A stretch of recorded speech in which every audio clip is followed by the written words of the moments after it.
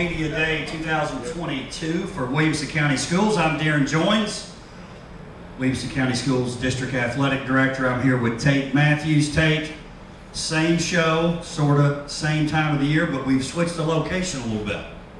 Mojo's Tacos, live from the factory. I love this place.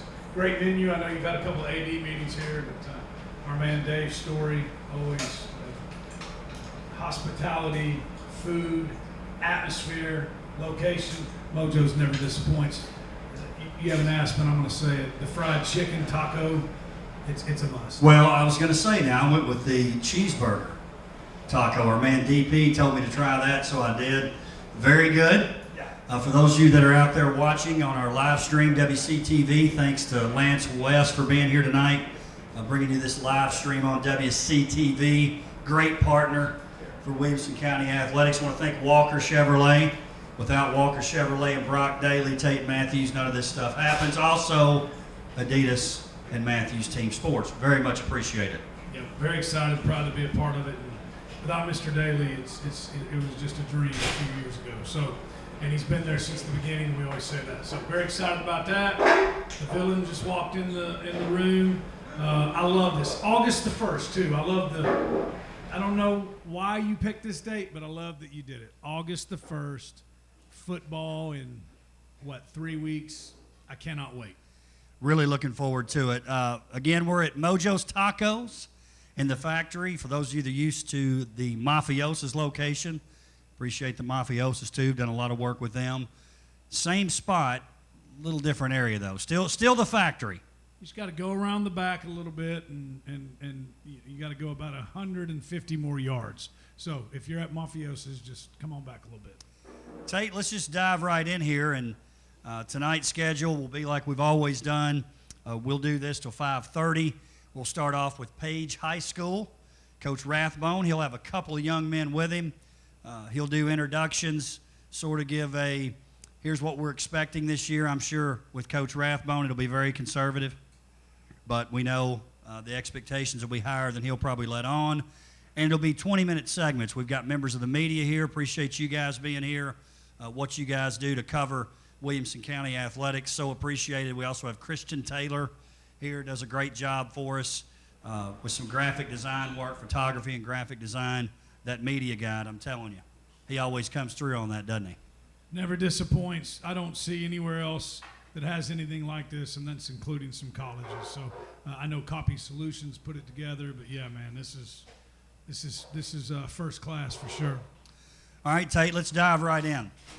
Let's talk. We'll just go right through the list here with our schools. Let's start off.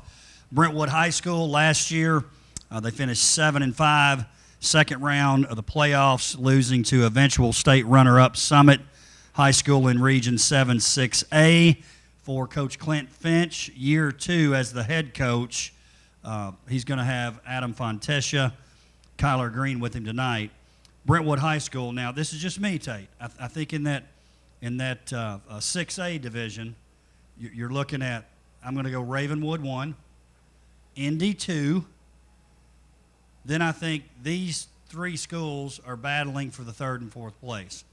Brentwood, Centennial, Summit. And I'm going to go ahead and say this. Is that in any particular order? No, okay. But I am going to say this. The Centennial guys were giving me a hard time last year. The players, I ended up being right. They were just outside looking in on the playoffs. But I'm going to tell you this. I'm predicting Centennial High School and Coach Matt Kreisky in the playoffs. So according to my predictions, that means either Summit or Brentwood going to be odd team out. What do you think? Yeah, I think that's safe to say. I think Brentwood would think they've got a chance for second. So, but that's what this is for, predictions, right? And so you think first is? I think everybody thinks Ravenwood is, including the coaches, right? Don't you? Yes. You got to be. I mean, Yes. Doesn't mean Coach Hester will say something different. Doesn't mean they're not showing up that night to play to win, but I think everybody thinks Ravenwood is. So yeah, I'm excited about Brentwood for a couple of reasons. One, it's Coach Finch's second year, and even though he had been there forever, it doesn't matter. We've got a few head coaches. You were one in the room, and it doesn't matter how long you've been there. Your first year as your head coach, there's a learning curve. Doesn't matter, how ready you were for it. And And, I think that 7-5 record from last year is a little bit misleading. I mean, it is what it is, but two of them were to Summit. Outside of the Oakland loss, they played Summit better than anybody on the schedule both times, not even close, including the semifinals and the quarterfinals. And then, again, it is what it is. But if we're going to play the game of ifs, I think if that Blackman game is played a little bit later in the season, I think they win that one. I think if they play that game 10 times, they win 9 of them. That was kind of a weird deal. So what I'm saying is I think Brentwood is a lot better than 7-5 last year, and I think they're a lot better than what people think they're going to be this year. So you're saying they overcome the loss of Brock, White, Walton, some of those guys. And I'm not saying they're not. I'm just asking you the question. Yeah, but, I mean, that's the way it is in 6A football now, right? They're all replacing – I mean, even Ravenwood, who we just said I think everybody is thinks is the overwhelming favorite, they're replacing some big shoes. So that's just the way it is now. But there's a lot of young people that produced last year that are a year older, and they're going to become the next Brocks, Waltons, and the likes. So, yeah, I guess what I'm saying is I think they're better than what a lot of people think they are. Centennial High School, really young team last year. They end up 6-4. That non-league schedule, which I thought was set up the way it should have been set up for them. They were a younger team, and they knew they were pretty much going to be one game away, having to beat one of those other teams we mentioned. They take care of Franklin, but they had to get a win somewhere else. Just couldn't quite do that. I think this year they have a real shot to do it. Brendan Jones, Xavier Haddix will be representatives tonight for Coach Kreisky. It's been a couple of years where it's been pretty tough for them, but you take a look at – I know 7-on-7 is different, right?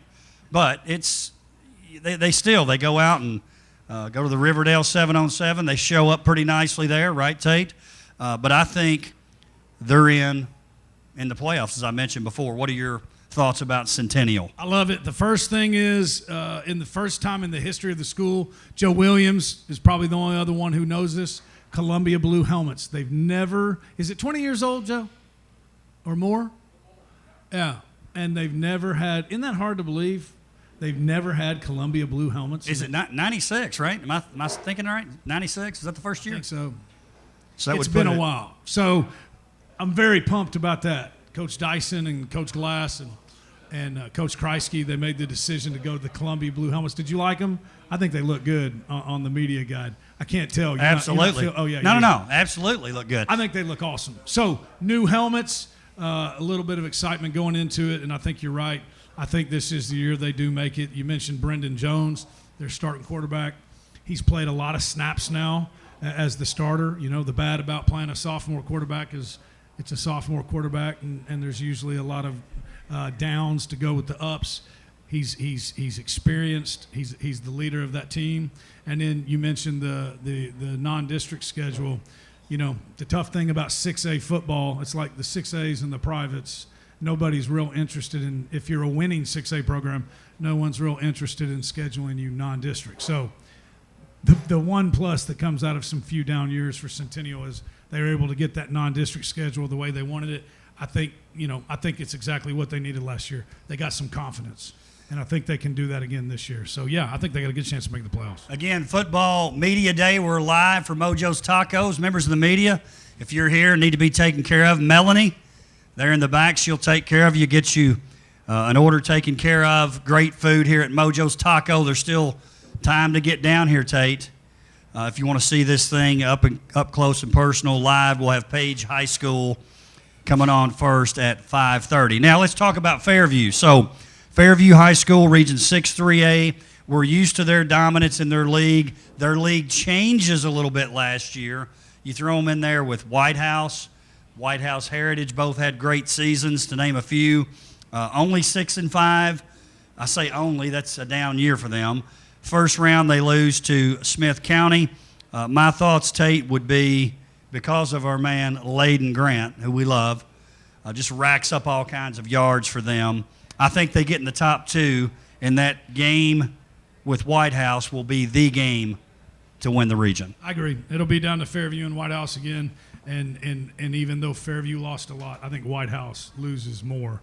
That was I don't think White House reloads quite as quickly as Fairview does. That was a once in every 4 or 5 6-year team for White House. And I think Fairview takes their position at the top of that region again this year. And as long as injuries don't get them, I think actually probably pretty easily. Franklin High School, our next Region 7 6A team. Coach Melton, much like Coach Finch, in his second year as head coach. Tough 1-9 season last year. Really likes his sophomore class. Really likes his sophomore class. Probably one of the best in WCS. I say they're still probably a year away, though. Hard to win when your best class is your sophomore class, but I think you'll see some improvement. I think you'll see some improvement not only with the way they play, but also in the record. You know, they could go out and win 3 games, and I know they want to win more than that, but a 3-win season could be a big improvement over last year's team because they had several games last year that on the scoreboard weren't that tight. But, again, year 2 for Coach Melton. His system is in. I'll tell you something I thought was pretty neat. It says a lot about not only Coach Melton but also Coach Webb. Donnie Webb back on staff at Franklin High School, the former head coach. Really neat. I thought that's happening. I think it's unbelievable, and I don't know who it – so I guess we'll call it a tie. I don't know who it speaks more of, man. One, Coach Webb, he and everybody in this room knows he had a lot of opportunities to go anywhere else that he wanted to. He loves Franklin High School, man. He just does. His daughters are there. He's been there, and he loves it. And then, you know, my man Bill Whittemore's in the back of in the room. From many of you all remember him from Brentwood. He was a head coach. You were a head coach. Hey, man, I don't care who you are. A head coach that's willing to hire back the guy he replaced who's still in the building, that's not easy to do. It doesn't matter who it is. So I think that just speaks volumes about Coach Melton and Coach Webb. And I think it's a great boost for this Franklin team. So, and then I think more than anything that we've talked about tonight and we'll talk about tonight, I think everybody agrees. I don't know where Franklin's going to end up, but I think we all agree that they're going to win more than one game. Speaking of Coach Whittemore, I'm just wondering, and, you know, he could maybe nod or tell us, or maybe you could tell us, or maybe Joe Williams could tell us. Did Matt Davenport, is he the reason that Coach Whittemore was Mr. Football, or was that a lot of Bill, or was that Jack Daniels, or maybe all of the – Jack Daniels, by the way, was the former head coach, not anything strange going on. Well, the thing Matt leaves out, and if Bill wants to answer it, and I know he's very happy that we've done this. This will be his last appearance. No, he'll be here. He'll be here from here on.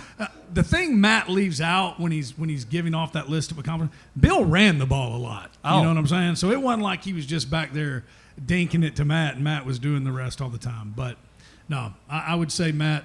I would think any team would want Matt on their team. Is that correct? Coach, good thing he played for Coach Daniels because he could definitely raise your stress level as a head coach. Not Bill, Matt, but yeah, Matt was legit, right? All right, moving on. Independence High School, 4-7 last year. First round to Collierville. The Scott Blade era ends at Independence High School. Did a great job there, including a state championship, state runner-up. Scott Stidham, new head coach, South Gibson now at Independence High School. Their boys varsity basketball coach and their football coach, both from South Gibson. Mark Wilkins in his second year, Scott Stidham in his first. Great coach, doing some great things out there already. And listen, you've got Trey Hartwell, you've got Ty Lockwood. That's why I've got them second place with a shot for first. Yeah, I'm excited about this hire too. Coach Stidham can flat coach. Those that know about him, I remember the first time I met him was he was the head coach of the All-Star game, the East-West All-Star game, tackle All-Star game, and Matt Kreisky and Paul Derrick were assistants for him, and they were like, I really like this guy. If we ever get a chance to get him over here, I would get him over here. Here's the interesting thing. He's known as running the triple option over there in South Gibson. Now, I think that's probably more because that's what the talent that he had there. Right. But there is again, I don't want to put him on the spot, but there's a former head coach in the room that was actually talking about him today, and they used to play him, and he said, man, it was well-run stuff, well-coached football team, good football coach. So I don't think we're going to see triple option here at Independence, but what I'm saying is Coach Stidham knows how to run a program. Region 6 5A, we'll just mention these two teams together. because they're in the same league. Nolensville last year 5-7. They make it to the second round. They lose to eventual state runner-up Paige High School. Obviously, Paige making it all the way to the championship game, runner-up to Powell at 13-2. No question in my mind, that's 1-2 in that particular league. I'm going Paige to win the league, but Nolensville in second in that particular. And I'm not just saying that because Coach Rathbone's already here. Well, you already ruined his night, but I think that's fair. But I also think Nolensville is going to be a lot better this year. So, but you're right. I think they're 1-2. Well, I said two. Yeah, I know. I mean, you're going to finish second to the defending state runner-up. Well, they went on that run where they were Right. one every year. So, I don't know. It's going to be fun to watch. Kobe Walton started off the season on fire, the passing game. Not that, I mean, no shame in the season that he had, but I mean, he was averaging over 300 at the beginning of the year. That kind of tapered off a little bit. So it's going to be interesting to see. He's another year older. He didn't regress, whereas my man Tony Bernetti says he didn't digress as a quarterback. But that's a true story, by the way. So he's going to get better. Samson Johnson. I saw him in a 7-on-7 the other day. He looks like a sophomore in college. I think they've had a chance to, the line was really suspect last year due to how young they were and inexperienced. They had all those games last year to get better, 12 games to get better. They're a year older. So I think Nolensville is ready to get back into that 8-9 win. And speaking of Samson Johnson, he was at the photo shoot. He was mentioning watching the show. He knows you're a huge fan of Samson his. Johnson fan. The touchdown maker, so to speak. He said his teammates are always mentioning to him, hey, they talked about you on the show. He may be replacing, we've got a list of these. Taylor Spirito is a big fan of Sports Connection. Bryce Sparks, Yes. big fan. And I found out Samson Johnson, so shout out to Samson. I know he's out there watching tonight. Yeah, love him, man. Don't know how many he ended up with at the end of last year. Maybe one of y'all know. I don't think he got over 20 TDs, but we need to get back to that 20-plus TD this senior year, and then we're going to be pushing around 80, 90 total. Gonna throw him the ball a little bit. Oh, yeah. According to Samson, that's going to happen a little bit more than last year. I don't want to give anything away. Get him in space. Get him in space, get him the ball, and he's excited about it.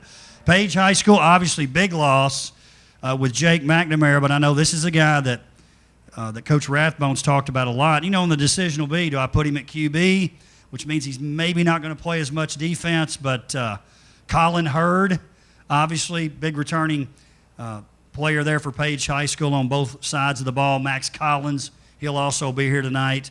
But, one thing that Coach Rathbone mentioned to me early in the year last year, McNamara went down. And Coach said, look, we didn't want Jake to go down, but we had the ultimate confidence in Colin, and he big-time stepped up at QB when Jake was out. I think it happened in the Fairview game, didn't it, Coach? Yeah. And then they went on to win that game and the rest of them. Yeah, well, Coach Rathbone will tell you the only reason Colin didn't throw for 3,000 yards last year is because Jake McNamara moved in, and it was best for the team for him to play somewhere else. I love that kid. At linebacker, he has some not so nice intentions when he's coming to the ball carrier. Great kid off of it, but I don't know. I would say nasty, or if not borderline nasty, but he's a great defensive player. He's one of those guys that maybe outside of tackle, you could probably start him on any position of the field, and he would start and probably be the best player on the team at it. So, if that's the route they go, they're going to be in good hands. We know that. I think Coach Rathbone would tell you he'd rather Weebush, the sophomore, win that job, because if so, then we got, what's the goal? We'd like to get our best 11 guys on the field if we can. Right. And the way Colin plays on defense, going to be hard to have him doing that as the quarterback. Going to be fun to watch. Again, we appreciate everyone joining us. We got some media here, got the team starting to file in for Football Media Day 2022, sponsored by Walker Chevrolet. We're at Mojo's Tacos here at the factory in Franklin. Appreciate Lance West, WCTV, helping bring this live stream to you. Really do appreciate the involvement of WCTV, obviously Adidas, Matthews Team Sports. I believe I also saw Copy Solutions, Bob Woodbury in the house. Another one of our sponsors. Appreciate them as well. All right, Tate, let's talk. Oh, and back to Paige Nolensville. I think we agree. We think we're right when we say this. Somebody correct us if we're wrong. If the seeding goes the way it could, that's a quarterfinal matchup winner going to the semis. I think that's possible depending on how they finish there in the league. If they're 1-2. Correct. Yeah, that'd be quarters, right? Quarterfinals. Yeah. So my predictions, we're going quarters. Nolo, Paige, quarterfinals. It'll happen. And early on, Don't know where it'll be yet. Early on, I'm going to pick Paige to host and win. No pressure, Coach Rathbone. Ravenwood High School. Will Hester back in tow for Ravenwood. They go 10-3 last year, all the way to the quarterfinals. They lose a shootout to Summit High School. A couple of just great atmospheres and matchups with Summit. Chris Parson, as long as you got that guy back. Now, they lost some people. You mentioned that. But having Parson back makes a huge difference. Again, I think they're the favorite in Region 7, 6A. I think most people would agree with that. I think barring some injuries, that's what will happen, at least in the regular season. I agree, and he's you forget because of all the recruiting buzz that he had. Last year was his first year as a starter, so as good as he is, that was his first year to start. He's now got 13 games under his belt. He's here. He knows his teammates. He's an unbelievable athlete. So kind of hard to gauge with the first scrimmage or so. I don't think Coach is really going to turn him loose much going into the season. But, all of the 6A guys, and Paige and Nolensville too, but all the 6A guys, their non-region schedules are so tough. Ravenwood might have the toughest this year. So as long as they can make it through those games relatively healthy, yeah, I think they'll be good. But, they lost some – everybody knows about the skill guys, right? But they lost some really good linemen as well. So, I don't know. I think that's the thing. I think that's the question mark right now is their line. Reload, not rebuild. No, they don't rebuild at Ravenwood. Our final 6A team, state championship runner-up after winning the 5A state championship the year before. They lose to Oakland High School last year in the final. They go 14-1. They had a pretty good 2 or 3 year run there at Summit. Obviously losing Destin and Keaton Wade, Brady Pierce, to name a few. It's a young team. It's a different-looking team this year for Summit High School.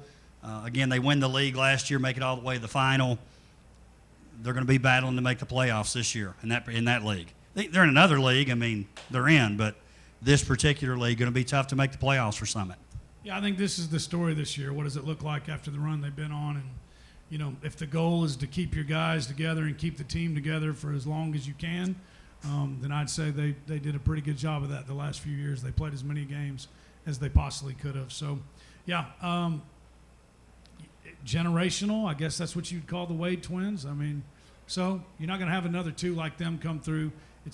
You've had them for so long. It's kind of hard to remember what it was like without them. So I'm excited. I think this is probably the number one storyline of all the WCS schools this year. They've got 15 extra games on. I mean, they've got 15 extra games on their 3 years. So really, they played 4 years and 3. Those young guys, that's more practice time, more reps. So it's not like they're just showing up to get a participation trophy this year. Coach Coleman, I think maybe more than anything, his strongest suit is his kids play hard for him. Yeah. So I don't know what to expect. I know this.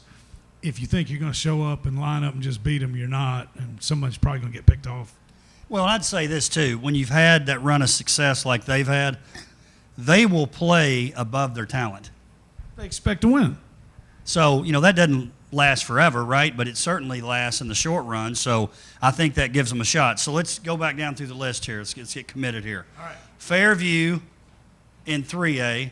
I'm going playing White House. The winner of that game wins the region. And you agree with that too, right? Agree. Let's don't commit to who wins it maybe. Let's see how it goes. Let's see how it goes. Oh, we're just saying. Well, I'm going to go I'll go Fairview. I'll go Homer. I'll go Fairview. I think they win.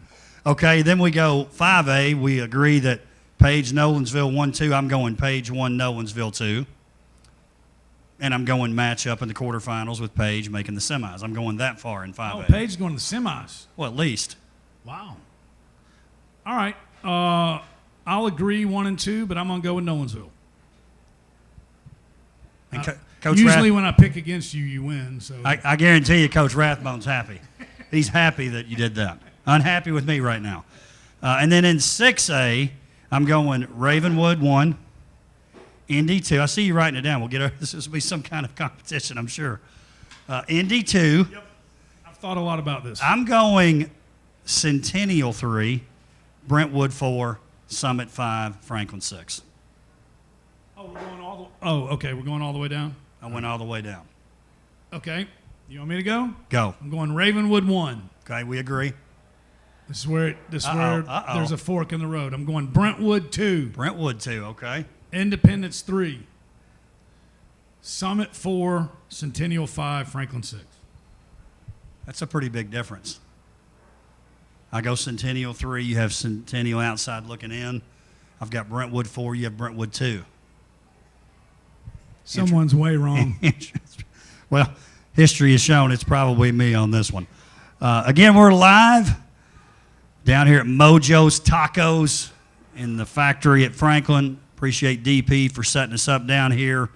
Appreciate Dave Story, Dan, Jennifer, the whole group down here for taking care of us. We got members of the media here. Appreciate them being here and covering WCS athletics as they always do. We've got members of the OTL, the Outside the Lines group. We've got students once again helping us out throughout the year. Pretty unique experience that they're doing that. So we've got that group here with us tonight too. I think we got 4 representatives with us here. We got 7 total this year. Last year we had 4, so we're excited about that. Appreciate again Lance Webb, WCTV, for Great being group here. of guys right here, man, and young ladies, but I think all the riders are men. So, yep, love what they do. Got a text, Samson Johnson via Krager, 11 rushing and 2 receiving touchdowns last year. 13. Samson probably considered that a little bit of a It'll down year. definitely be back up this year. Back at 20, right, at least? It's got to be, or what I predicted isn't happening. All right, next up we'll have, and that'll be our first team, Paige High School. So we're going to take just a couple-minute break, and we'll have Coach Rathbone and the representatives from Paige up here. Again, live from Mojo's Tacos, WCS Football Media Day 2022. Thanks for being here, Tate. Thank you for having me. Y'all have a great night. Excited to watch. Football Media Day 2022. We're going to start off with Paige High School, 13-2 last year, state runner-up. We've got Coach Charles Rathbone here. Coach, if you'll introduce who's with you, and then give us sort of an overview of what you expect this year, and then we'll take questions from the media. I'll leave this second mic up here for you guys, too. So on my left, I got Colin Hurd and Max Collins on my right. We're excited to get this started. I want to thank Darren, for putting all this together. It's a lot of work. I definitely want to thank my principal, Dr. Hill. I've been at Paige High School a long time, and she is by far the most supportive administrator I've ever been around. And I think a lot of our success as athletic program at Paige goes back to her. I'll give you an example. My first 8-9 years as a head coach, I had 1 coach in the building, and now we're up to 5 or 6 in the building, and that's huge. I think we're starting to change the traditional thinking that coaches are there to coach. Coaches make the best teachers, and I truly do believe that. We run a very tight classroom, and really these kids know that they can confide in us anytime, so I'm really thankful to her. I want to thank the kids, especially this group of seniors. We got 14 seniors coming back this year, but there are 14 dudes. So, I mean, you don't have a whole lot of dead weight on your senior class. Colin and Max are 2 of the leaders. They all do a good job of really leading. They lead the right way. You don't hear a whole lot of language coming out of these guys. In fact, sometimes it's hard to get them to talk. But they do things the right way, the way we want to do things at Paige High School, and they represent the program to the best that I could possibly ask for, and that's the reason I chose to bring these 2 guys. And I also want to thank our parents. Without them, it'd be hard for us to really run the program that we do.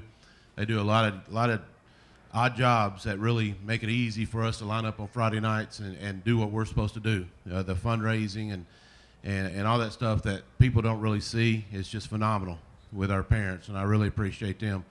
But we're excited to kick off another year. Last year's behind us. You know, everybody wants to talk about last year, and I keep telling these guys, if you keep talking about last year, then your future is going to be a bad one. We're not going to be as successful as what we were last year, and our goal is to go back to the state championship and this time win it. We make no secrets about it. Is that going to be difficult? Yes, it's very hard. It's very hard. We see that in pro sports, college sports, you know, and especially high school. But that's our goal. Now, whether we reach it or not, you know, we got a few months here to see, but we're going to give it our best shot. And I'm confident in these guys. I'm confident in our staff, and hopefully we'll show up on Friday nights, week after week after week, and execute and come out on top and put ourselves in position to be hosting at semifinal game or at quarterfinal game against Nolensville. So with that being said, I'll open it up to questions. I'm excited to hear these guys talk to you.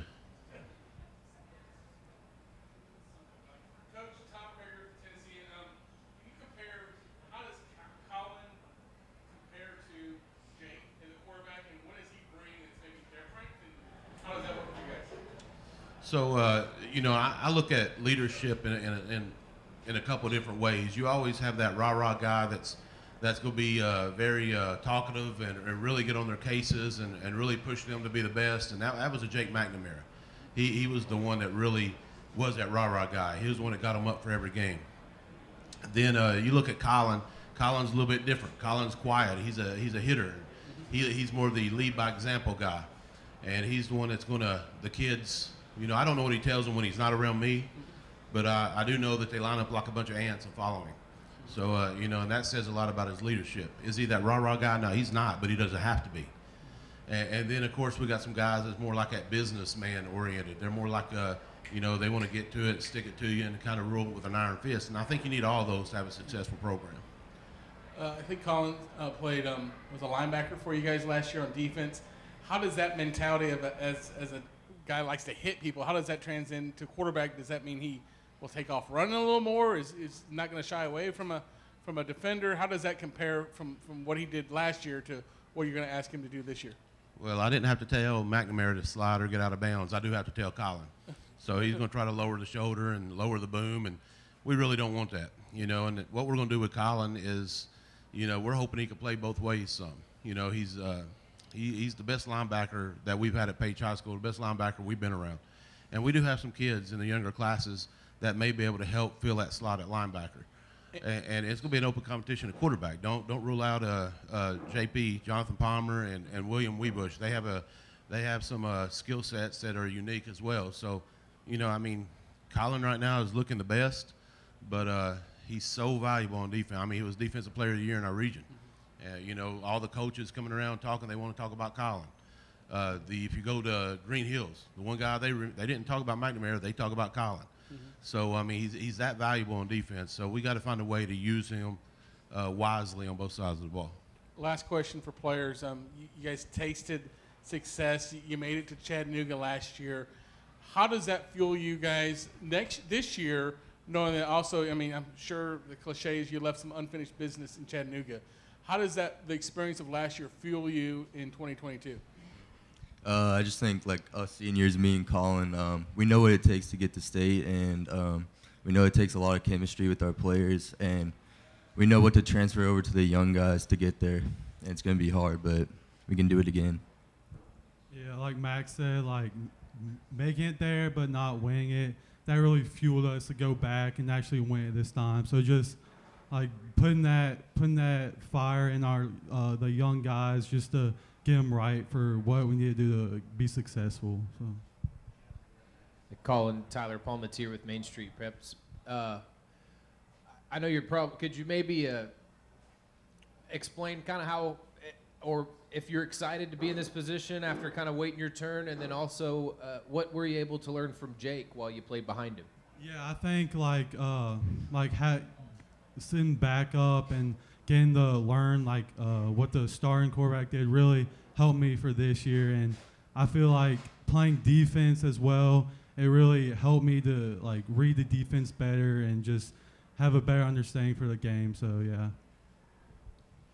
Chris Brooks, 615 Preps. This one's for all three of you. How long did it take you to kind of get over Chattanooga and how are you going to let that fuel you guys for this year? It was pretty tough, like the night after. We were pretty upset, but it's just gonna fuel us even more for next year. So. Oh yeah, I think just like it took us a little bit to get over it, but as soon as we got over it, we were ready to get back to work, ready to make it back, and yeah, it really fueled us, I think. So I'll be the honest one of the three. I'm still not over Chattanooga, to be honest with you. I felt like we should have won the game. I felt like we put ourselves in bad position in that first quarter, and we fought back, and then we ran out of steam. I take responsibility for that. A lot of things that, fielding the kickoff, for example, we should have been better prepared for that. So I went back and watched the film on Chattanooga just the other day. First time I watched it since the state championship game. So for me personally, I'm still not over it, and I'll probably never get over it. I've been blessed to play in a couple of national championship games, and I've never gotten over those either. So I think it's something as these guys go along, it's something that will travel with them throughout their years and their careers and their life, and they'll talk to their kids about, but they'll never get over that game. And that's why it's such a motivation now to get back and finish. Charlie from Williamson homepage. First question, Coach Rathbone, and I guess this could also be for Colin and Max as well. Your team every year starts out with playing Fairview, one of your biggest rivals. Do you feel like that's an advantage or a disadvantage to start with one of your bigger rivals at the beginning of the season? For us, I feel like it's I don't know if it's either one, to be honest. I mean, it's something that these kids got to get up. Fairview is such a well-coached team. They're disciplined. They play a style of football that doesn't match up well against us. They want that 3-yard cloud of dust and milk the clock, and we want possessions, and we want to play up tempo. So it's not a good matchup on paper for us, but that it is what it is. I mean, I think it's a good game for both schools, and we're the school in this instance where we don't have a whole lot to gain from it. If you win, you're supposed to beat them. If you lose, how'd you lose to a 3A? So, I mean, and not a lot of people understand that kind of pressure going in that game. But I think it's good for us to feel that pressure. And I'm excited to play them. I think the world of Coach Hughes. I think the world of his program. So I think it'll be a good game again this year. Like Coach Rathbone said, they're a hard team to start off with. And, they do give us a dogfight. And they're always a good team, and it's going to be a hard game, but I think we'll get it done.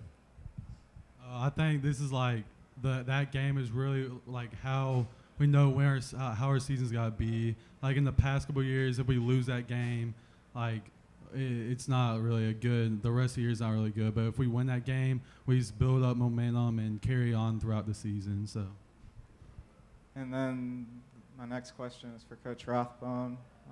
Your team lost Jake McNamara. That led you to your school's first ever state championship appearance. I know you don't want to commit necessarily right now to who's going to replace him, but what are you looking for as the person that would be the ideal fit to replace him? So now, Jake is, me and Jake were pretty close. We were tight. And I love the kid to death. But, somebody mentioned waiting his turn. He didn't wait his turn. He was right there with Jake going into that first game last year, talking about Colin. Colin took one for the team because he knew we needed him at defense. He knew we needed an outside linebacker that could shut down the wide side of the field, and he did that. So I think we got everything we need in Colin Hurd. Now, with that being said, we also got to be very good on defense. And we got a junior in Jonathan Palmer and William Weebush, a sophomore, who both have a skill set that can help us. And we're hoping that they come along and push Colin, because any time that you get competition and other guys pushing another player, it makes that player better. We don't want them just sitting on their laurels and thinking they got a job wrapped up. That will never happen. And we're going to play the best 11. So he's got the leadership. He threw the ball really, really well the other night in our first scrimmage. But we still got 2 weeks of camp before we decide on a quarterback. But I would like to kind of stamp out that myth that he lost the position to Jake. You know, he took one and played a different position to make us a better team. And to me, in my eyes, that says a lot about his character and his commitment to the team.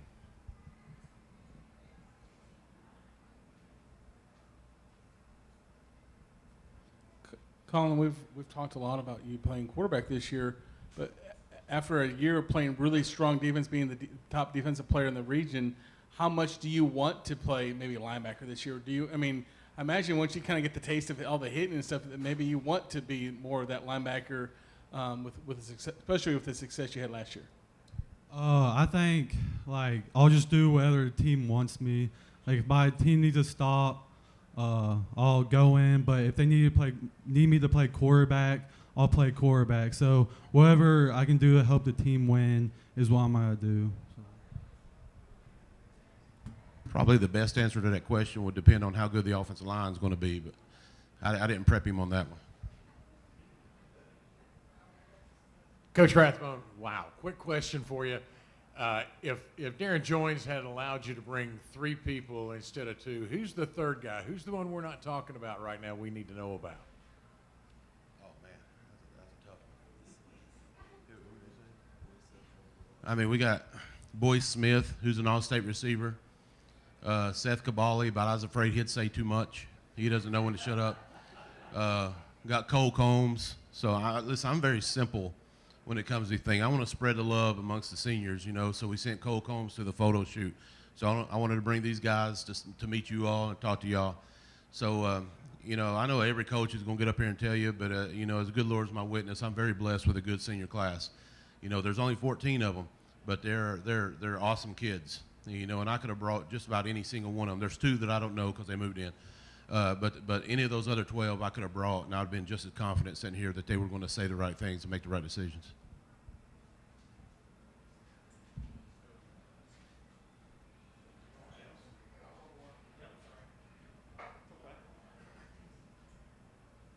Charles, is for you. We last couple of years have been kind of a lot about just player health, human health because of the pandemic, but I wanted to circle back to something that I think in football people talk about a lot is maybe just safety or making sure your guys' practice, maybe you aren't overhitting or anything like that. What do you kind of have in the program to either keep people's heads healthy, keep their bodies healthy, and keep from maybe just putting too much on them, especially on their brains? Well, so we made the investment as a program to buy the Guardian caps. You know, I think we were when they first came out, gosh, we've had them since my first year as head coach for 9-10 years now.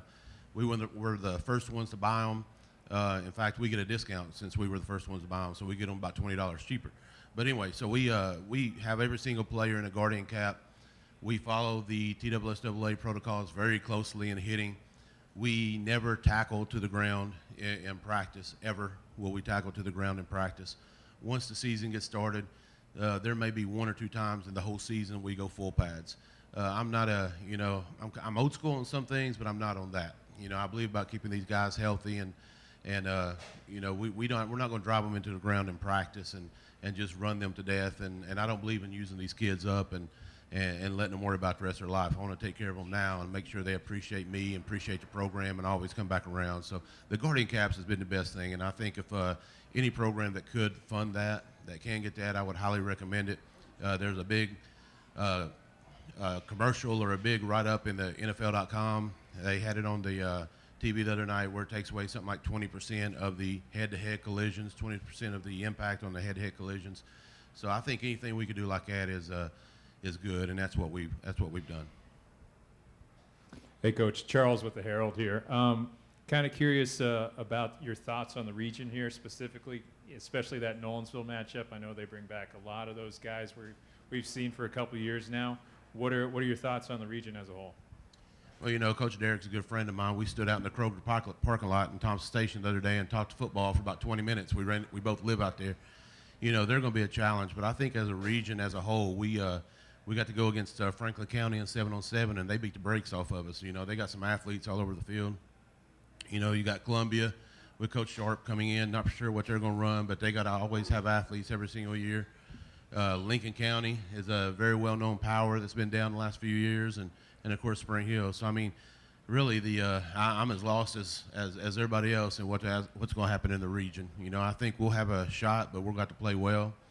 And I do think that whoever wins the region is going to have to beat another region opponent in the quarterfinals, maybe even in the second round as well, which is always difficult. Thank you, Coach.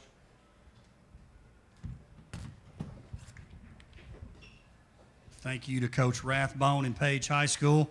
By the way, I want to wish Coach Rathbone a happy anniversary today. Yep. His wife said, yeah, sure, go to media day. Why not on our anniversary? I think he's heading to a scrimmage now too, right? No. Yes, she does. All right, next up we got Brentwood High School. If you guys will make your way up here. As they're making their way, I'll tell you a little bit about the team. 7-5 last year. Second round of the playoffs, they lose to eventual state runner-up Summit High School. We've got head coach Clint Finch in year 2 as head coach, longtime Brentwood assistant before that. Coach, if you would, to start us off, just introduce who you've got here with you. Tell us some expectations for the season, and then we'll take questions from the media. Awesome. So first of all, I always want to say thanks to Darren Joins, County Athletic Director. Thanks to WCS Sports Conference for putting this on. It's always awesome. Thanks to the local media that comes out. We live in a time where I think NFL and Major League Baseball and basketball and hockey, they get a ton of press, but I think it's awesome anytime we can recognize high school athletes and what they do and all the hard work and time and commitment they put in. So thank you to the local media, and I'm always happy to come here and talk and stumble over myself, but I love to get to talk about our young men and our football program. I'm joined with, to my right, Adam Fontesa. Adam is a senior, 4-year guy in our program. Adam will play quarterback and quite possibly some free safety for us. To my left is senior Kyler Green. Kyler will be a boundary safety and probably play some H-back for us as well. Even though we're a 2-platoon football team, we feel like both these guys have talents that warrant them being on the field on offense and defense at both times. They're also what we like to bring to things like this. They're both great leaders. They're both two-sport athletes, tremendously hard-working guys. Adam plays baseball in the spring, and Kyler plays basketball during the winter. I assume as an opening statement kind of where we are right now. We've been really pleased with our off-season program.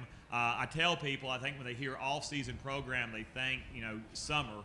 But our off-season program goes all the way back to, I guess, January 6th or 7th when we start 5:30 a.m. workouts. And what's great about Brentwood High School and the kids we coach, we have great attendance from those cold days in January and February when it's dark outside and the parking lot slick because of ice. That carries over into spring when we move to the afternoon, go through spring practice, and of course these hot days into the summer. We've got about 100 on the varsity right now. We have another 45 in our freshman program. Of that 100, Adam and Kyler are 2 of 22 seniors that we have. A senior class that's really been awesome to work with. We graduate a lot of good seniors every year at Brentwood High School. We graduated, and I can't name them all, but there was Aaron Walton and Jake Brock and Seth Carter and Holt Jackson and Carter Patton, and a lot of great seniors graduate. And a lot of parents will sit there and media will say, how do you replace those guys? And I'll say, well, we've been fortunate at Brentwood that we have new seniors step up every year, guys like Adam, guys like Kyler, but a smaller senior class, but totally bought into what we do, a lot of really good football players, and we're excited. That's one of the fun things about coaching is to get to see who's going to step up, who's going to fill those roles of those players that graduated. It's going to be a challenging schedule for us, again. Our non-league games, we're in a 6-team region. One of the joys of being in a 6-team region is you got to find 5 non-region games, okay? So we're going to open up again with Blackman High School. That's our season opener on the 19th, followed by Father Ryan, a really good Division II program. Henry County, one of the really good 5A programs. Hillsborough, and Beach will be our 5-9 league games this year. And of course, we play in a really, really good league. WCS football, I think, is as good a football as you'll find in the state of Tennessee. And I'm biased. I've lived in this world for 15 years now as a head coach and assistant coach. But I think you've got great players in WCS, this league. I think you've got great coaches. You've got tremendous fan support. People that come into our school that haven't been through WCS Friday night are always super impressed. Not just on like Battle of the Woods nights when you know it's game day out there and all that, but anytime you play Franklin, Centennial, Summit, Indy, all those games are so well attended, such a great atmosphere. I think the league overall is going to be a lot stronger this year. I think that you've got from top to bottom, again, it's really well coached, a lot of really good athletes. People all the time, you know, they want to ask who's going to win this thing, and I'll be honest with you. I think it's going to be really strong top to bottom. I think every time Williamson County teams take the field on Friday, you can expect to be a really good football game. And then just from my standpoint, I'm just super excited to get this thing started, right? Media Day kind of, you know, one of those other things that signal it's time for football to get going. So I'm excited. The kids are excited. We hope to go out and put a good show on for you. So, as always, I don't know if that's a great opening statement, but I'm done with it. So, feel free to fire away if you have questions. Coach, Scott Burton, 615 Preps. You mentioned the schedule that you've put together. It's a very, very challenging schedule. How do you temper keeping your team healthy and playing those really tough teams? And what's the purpose of scheduling such a difficult schedule? Well, you know, I'm going to be entirely honest with you. One of the reasons that we have tough schedules is you have, other good teams want to play you, right? I mean, we've had some success, and so, you know, everybody doesn't want to line up and play Williamson County teams because of the success we've traditionally had. At the same point in time, we know that you get 10 games on Friday night, and then you get a chance to play 5 more. And you want all those games you play to prepare you for that playoff run. And, you know, if you're playing a Blackman that likes to play really fast, or you're playing a Henry County that is a smash-mouth football team, if you're playing Coach Crabtree's Beach team, those games help prepare you for the playoffs. Yeah, you have to manage your kids. We spend a tremendous amount of time thinking about how many practice reps we have. We try to go out of our way to protect our kids in practice and keep them safe and healthy and you know, for lack of a better word, kind of baby them to get through the season. But you have to prepare for the playoffs, and at the same point in time, you protect your kids, and that's what we hope we do. Coach Tom Krager, Tennessean. You know, 2 years ago you had Kate Granzout, quarterback. Last year you had Davis White. How does, you know, I don't know if you've named a starter yet, but looking at like Adam, what type of quarterback is he compared to a Cade and a Davis? Are they, you know? Yeah, and that's been, you know, every year you find there's a new challenge that you're going to face as a coach, right? Mm-hmm. And when I came in, we had our first year was Carson Croy. Then it was Carson Shacklett, but he had some time in our freshman program and JV program. And he was a 2-year starter. Then Cade was a 3-year starter. Davis was a 1-year starter who had backed up a kid for 2 years. You have to sit there and you have to look at your talents. Okay, you know, Adam's not Davis, just like Davis wasn't Cade and Cade wasn't Carson Shacklett. My job as a football coach, our job as a staff, is to sit there and go, okay, what's his strong points, right? And that's what you have to do. Really, it doesn't matter if it's just a quarterback. It could be a running back. It could be a free safety. Your job as a coach is to say, what can he do well and be successful at? And that's what we try to do. And so now Adam's a little fortunate that he played quarterback as a freshman. He's been on the back end of the defense. Super hard worker. But, yeah, it's a process. And we talk about that, whether it's Adam or somebody else that's going to take snaps under center or in the gun, I guess. We don't do under center anymore. You know, we're going to find something that you're good at, that you're comfortable with, and we're going to roll with that. And what do you see in Adam that he does well? Adam, well, first of all, smart kid, very level-headed, runs the ball really, really well. Played our first scrimmage Friday night against Siegel. Thought he did a great job running the ball. He'll tell you, we'll all tell you, we've got room to grow in the passing game. But the way he just commands he has a commanding presence on the football field, really level-headed kid, runs the ball really, really well. And those are all the strong points. We talked today before practice started, like, you've got strong points and you've got things that you got to get better at, and we're trying to get better at those things right now in practice. Players for you, can y'all just talk about the competitiveness of this league? Last year, of course, Summit was the region champion. You've had Brentwood and Ravenwood have been among the region top teams. Independence has been there. I mean, it seems to be this is a tough league, especially at the very, very top. But throughout it, it's got challenges. Yeah, and you're going to see really, really good athletes every Friday night, and they're going to be coached up. That's what we say. There's no off nights. We sat there last year and we did not get off to a good start. But at the end of the day, we felt like we kept getting better. But at the same point in time, we knew that those guys we were playing in this league were going to keep getting better as well. And you're going to see Ravenwood's quarterback. You're going to see a really good quarterback down at Indy. You're going to see a good running back down at Indy. You're going to see some really good athletes. But again, that's what makes this league so much fun. And we're fortunate. I'll brag on other people's kids, but I'll brag on our kids too. We feel like we have kids that can go out and match that athleticism and match that work ethic. Makes Friday nights a lot of fun.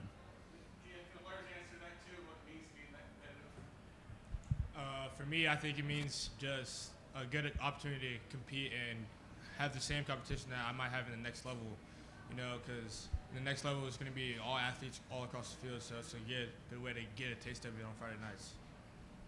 Yeah, I'd say a lot of great players, a lot of great competition, so, there's not really a game that you're not getting better and competing, so, every week is a new you. You're being yourself and you're competing, so that's what I kind of like about our region and what we have here. Coach Dana McClendon of WACAM. Looks like your schedule, you got six games open up, but 4 of them are away, and then you set up a stretch where you're 3 at home against district games. When you arrive home for that Independence homecoming game, fill in the blank. Things will have gone really well for us if. And so I hate to go down the path of just throwing out philosophy for you. We really, and I hope these guys will back me up on this. What I hope when we play Independence is what I hope the same thing we play Blackman, or we're playing Centennial, we're in the playoffs. What I hope is that we're being the best version of us that we can be. That we continue to improve, that we continue to be 100% of everything we can be. I expect that, quite honestly, against Blackman. I'm going to expect it when we come back home against Indy. Now, do I hope we come back home against Indy and we've got a shot to try to play for a home playoff game? Absolutely. Okay? But at the end of the day, we talk about, look, we don't focus on scoreboards. We don't focus on win-losses.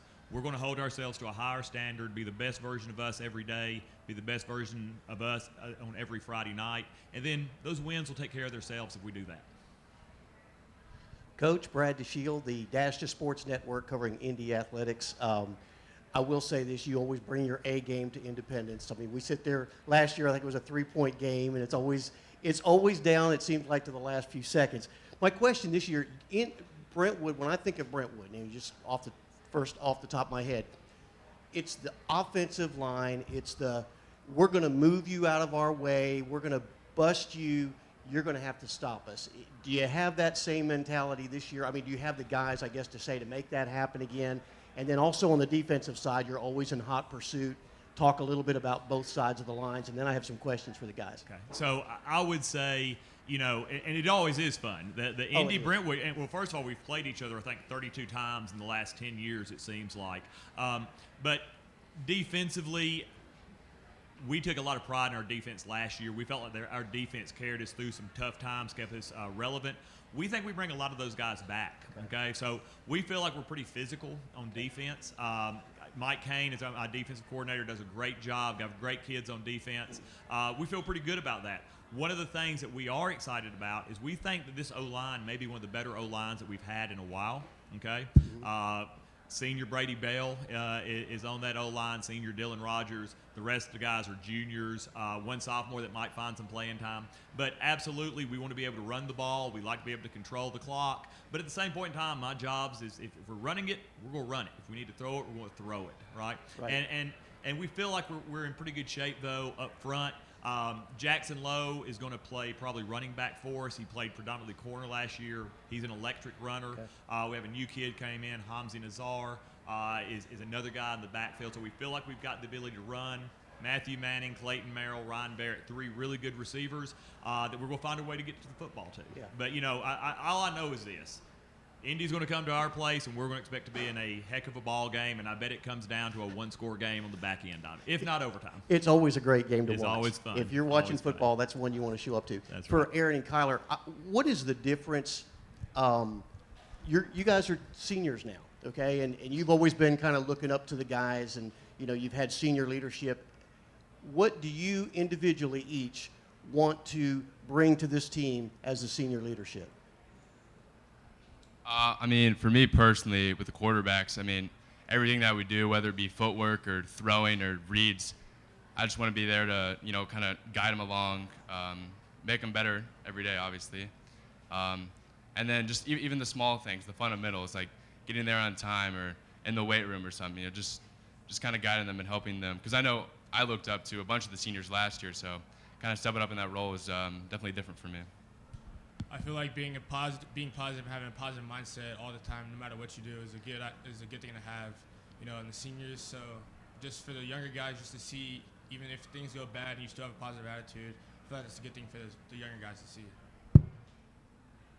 Hey guys, Charles with the Williamson Herald. Big year in the sense that it's the 40th anniversary for the school. Want to know a little bit about what that means to be playing and representing this school in that it's a historic year. What's that mean for you guys? What's it mean to be a Brentwood Bruin? Well, we've actually tried. We've through our booster club, we've tried to make a big deal about 40 years of Brentwood football. For a long time, I think when I got to Brentwood, we were on year 23 or 24, right? So to see this thing go 40 years, to have former players that are now dads that have kids in our program, that's cool, And one of the things I tell the kids is, there's been a lot of guys before you that wore that plain gold helmet. It's not real flashy, right? They're going to wear that royal blue jersey, that plain gold helmet, and we want to live up to those standards. And I think it'd be really cool for those guys to get to come home. We're going to have a big cookout for our alumni the night before, and it's just kind of cool that we finally reached this point where we have that alumni base and we have those people that have come back home to Brentwood to raise their kids, and hopefully they're coming back into a program they can be really proud of. I'd say just playing a part of Brentwood team is really special for me. I've had my brother play here. I've had my cousin's boyfriend. I remember as a little kid going to football games here, just incredible. So now being able to play for that is obviously very meaningful for me. And it's very exciting. Obviously really great competition, and at the end of the day, it's a really great experience. Yeah, I think that's also special for me because my brother also played football here, so I look up to my brother a lot and everything. So I feel like that's pretty cool for me to play in the same program that he got to play in some years ago. So. Charlie Williamson homepage. First question is for Coach Finch. Coach Finch, you've been an assistant for a long time at Brentwood High School. Last year was your first season being a head coach. Was being an assistant for a long time helping with the smooth transition, or is there anything that you learned new? Yeah, so the line that I used a lot last year is that until you sat in the head coach's chair, you don't appreciate what it's like to be a head coach. And the line I'm going to use this year is until you've sat in the head coach's chair for 2 years, you don't know what it's like to be a head coach in year 2. So I learned a lot last year and I'm always incredibly thankful to Ron Crawford as a mentor, incredibly thankful for Will Hester as a mentor, two of the best mentors a guy could ever have. Got to work for two of the best football coaches ever. But, nothing's going to prepare you until you do it, okay? And I think I learned some things from last year, but the fact of the matter is I'm still learning things now. And I hope as a coach I'm always in that process of learning and getting better and improving myself. I teach 150 kids during the day, and I got 150 football players after school. There's a lot of chance for things to happen and issues to be dealt with, and some really fun moments and some not so fun moments, but it's a lot of fun. And I hope I kind of continue that tradition of really good Brentwood football coaches. And then my next question is for all three of you. Brentwood football has really high expectations on success. How did that second round loss in the playoffs motivate you as a team?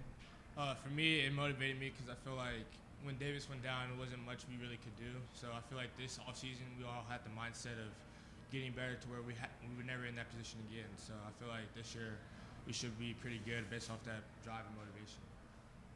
I mean, I think for me, it's obviously hard to lose, especially with the team that gifted. I mean, obviously there's some things in that game that I feel like I could have improved on. So, I mean, this past offseason, I've just been fundamentally ready and just improving on my game so that it doesn't happen this year. And I'll just add to that, like, you talked about the expectations of Brentwood football, and we all know that, but that's kind of what makes it so much fun, right? Like, people expect you to win, right? And I'd much rather be in a place where I'm expected to win than just roll out there and play every Friday night. So that makes it a really fun job. But I think everybody in this league faces that. Everybody expects to win, and that makes it a fun Friday night experience for everybody. Coach, we saw the alternative jerseys come out, I think, Battle of the Woods. Will we see those again this year, or is there any other wrinkles that we may see? Well, I can tell you this. So our booster club specifically said they would want those out for game 1 against Ravenwood for the against Blackman for the 40th anniversary. So we'll definitely have them out then, and we'll find another kind of key moment to pull them out. The kids have all responded pretty positively to those Columbia blue. Like, every now and then we're like, hey, we got these other colored jerseys too. Like, we can't go Columbia blue all the time, but we'll try to find some new wrinkles from time to time to keep it interesting for the kids. That's what kids like doing, and it's a lot of fun for our players and our families.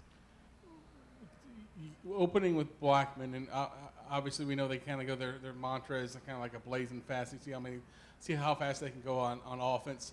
Now that you've seen it one time, does that help going into year 2? Like, okay, you know the speed, you know the tempo that they're going to push. Yeah, and I think, obviously, really good football team, well-coached football team, so we're not taking anything away from them. But we were in a unique situation with a new defensive coordinator. We had a lot of new kids all over the field, and I think we were right in that game last year. I would hope that a year later, right, that we would be able to match that speed a little bit better. We talk about a lot. They try to get you to miss a line on defense, so we stress to our kids, get lined up. That's the most important thing you can do. We know they're going to play fast. We've conditioned for a long time. We will work in practice against teams going fast. Siegel, Friday night, played really fast. So hopefully we've prepared our kids for that, but we expect it to be a really good ball game. Facilities question for you. Obviously, we're seeing the last 2 public schools in Williamson County get their turf this year. Can you just talk about the support that the school system has given to athletics, especially when you look at all the turf fields that the counties do not having the schools figure out ways to finance it on their own, but in an era where we kind of talk about the arms race of facilities, I mean they've equipped you well with good playing services. Yeah, and one of the things that's always I think is impressive is they talk about academics, arts, and athletics, okay? And I think, again, that kind of goes back to the idea of expectations. But I think that central office, I think school board expects you to be really good academically.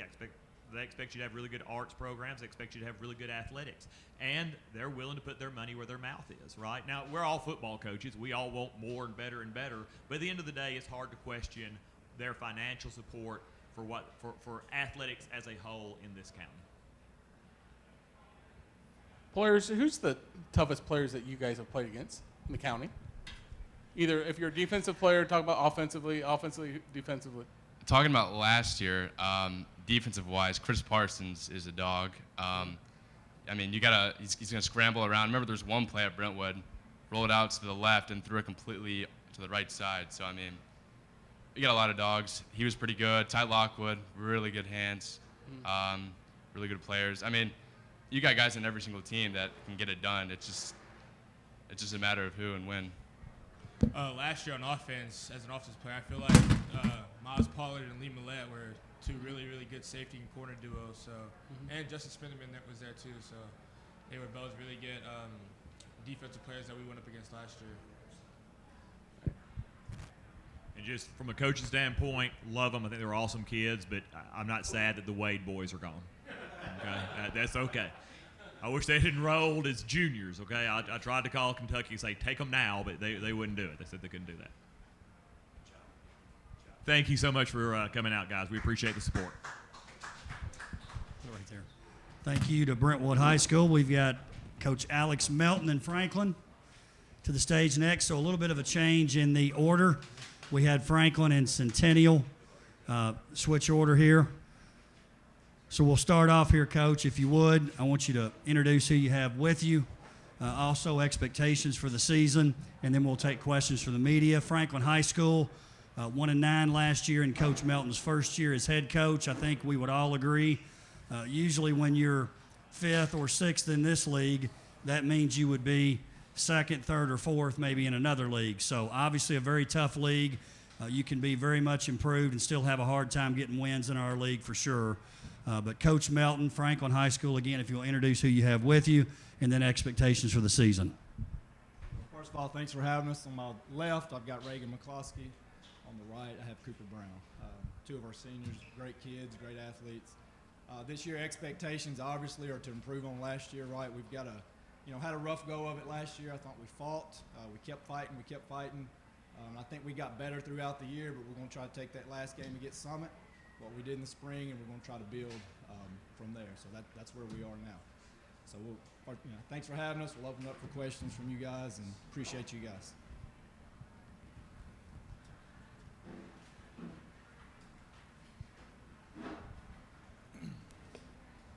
Coach Tom Krager, Tennessean. Yes. First, coaching staff.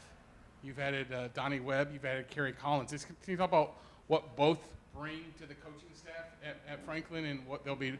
Obviously, I'm guessing Kerry's going to be quarterbacks, but what all will Donnie be doing?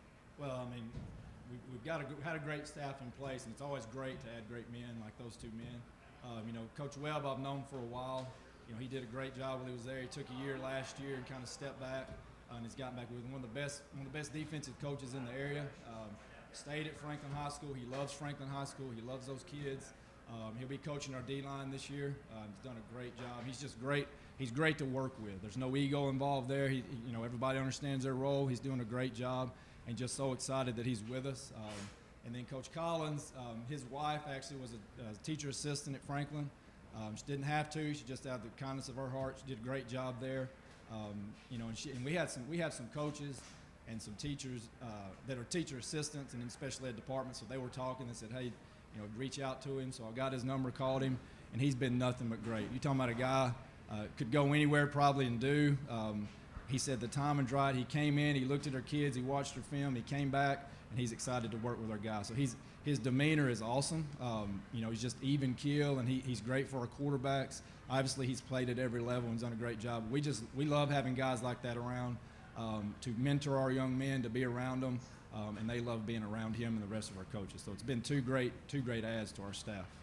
We all know Dr. D, as we call Coach Webb. But yes, sir. When you look at what he's been, as the former coach is a year removed, how tough of a conversation was that? Saying, hey, do you really want to be an assistant at Franklin when you've been the head coach? And what was that conversation like? Obviously he has a deep love of Franklin, and he's got a daughter still there, so he wanted to stay involved at Franklin. Can you just talk about how that conversation went down, and was it an easy discussion for y'all? Oh, it was easy because, like I said, if you know Donnie Webb, there's no ego involved, right?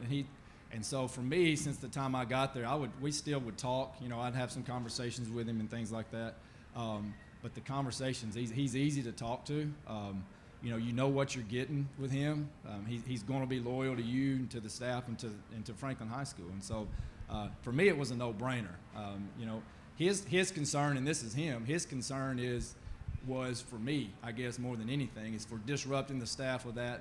And that's the way Coach Webb is. He's always thinking about others, and he was more concerned about that. And I said, listen, man, it's the right thing to do. It's our job as coaches to put good men around our players first.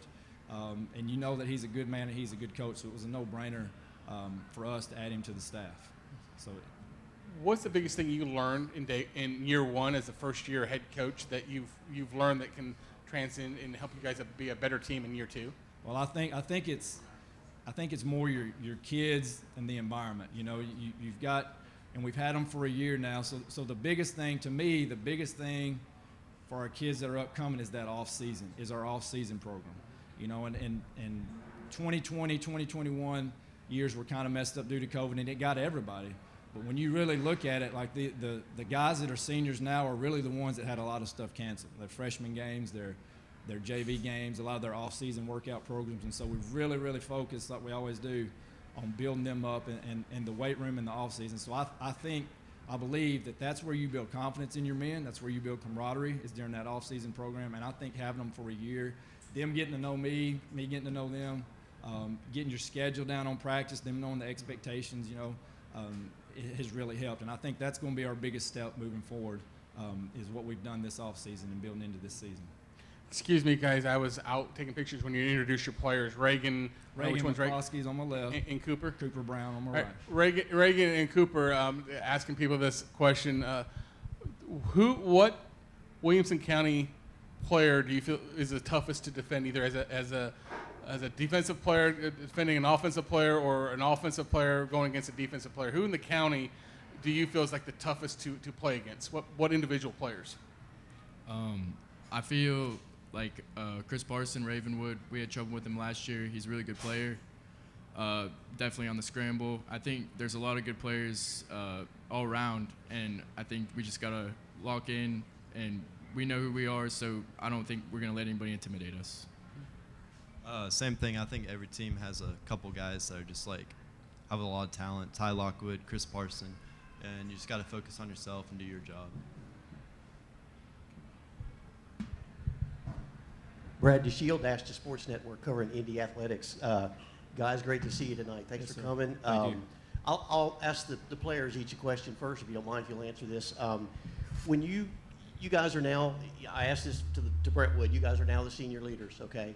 And your team last year didn't have a great year, and your schedule's tough. I'm looking at a schedule here that's not, Riverdale, Paige, Ravenwood, right out of the chute. So what can you bring as team leaders to the field? What will you try to bring to kind of change the culture from last year to make it a little bit better this year? What would you guys do for that? I think we're just having a lot more fun this year, and like Coach Melton said, we have like a whole nother year to get to know the guys and like bring that new culture in, and it helps a lot. Yeah, I agree. The off season was really important for us, just team building, building the culture up, and I think our group, definitely these seniors, been together for a while, and I think we have a really close-knit group, and we're trying to build the culture at Franklin, definitely for the younger guys, and I'm excited for the season. You guys always have a tough team. I've covered Indy sports now for 6 years, and when we show up with Franklin, doesn't really matter what the record is. Franklin brings their A game.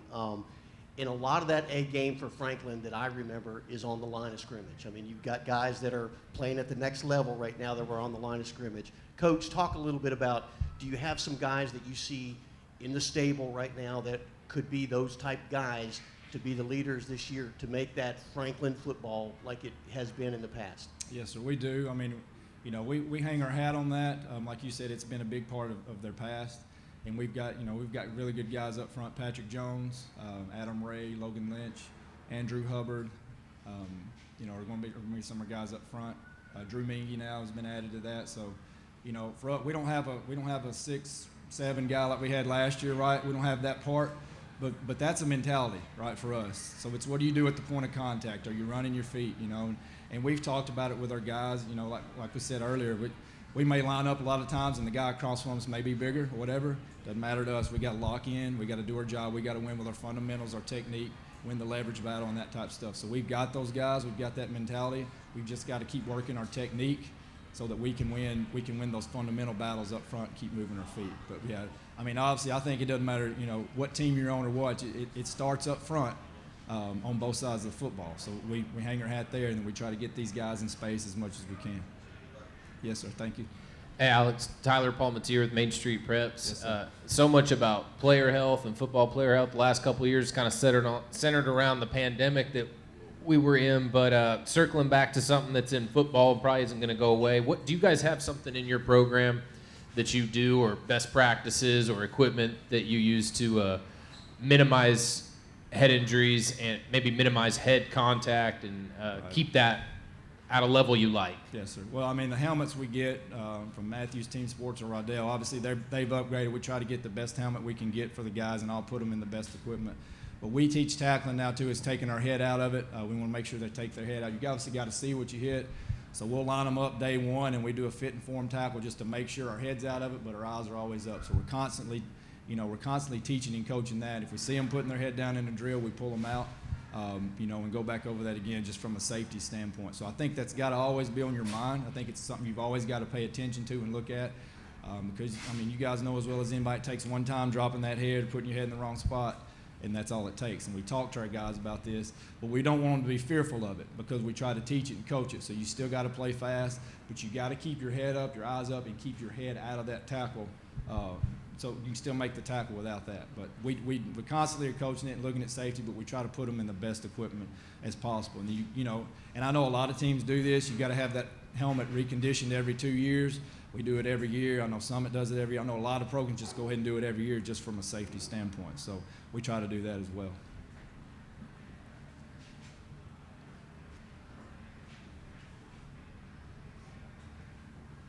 The first, Charlie from Williamson homepage. Yes, The sir. first question I have is for Coach Melton. Yes, sir. Coach Melton, you've been an assistant at 2 different Williamson County schools. Now you just finished your first year at Franklin being a head coach.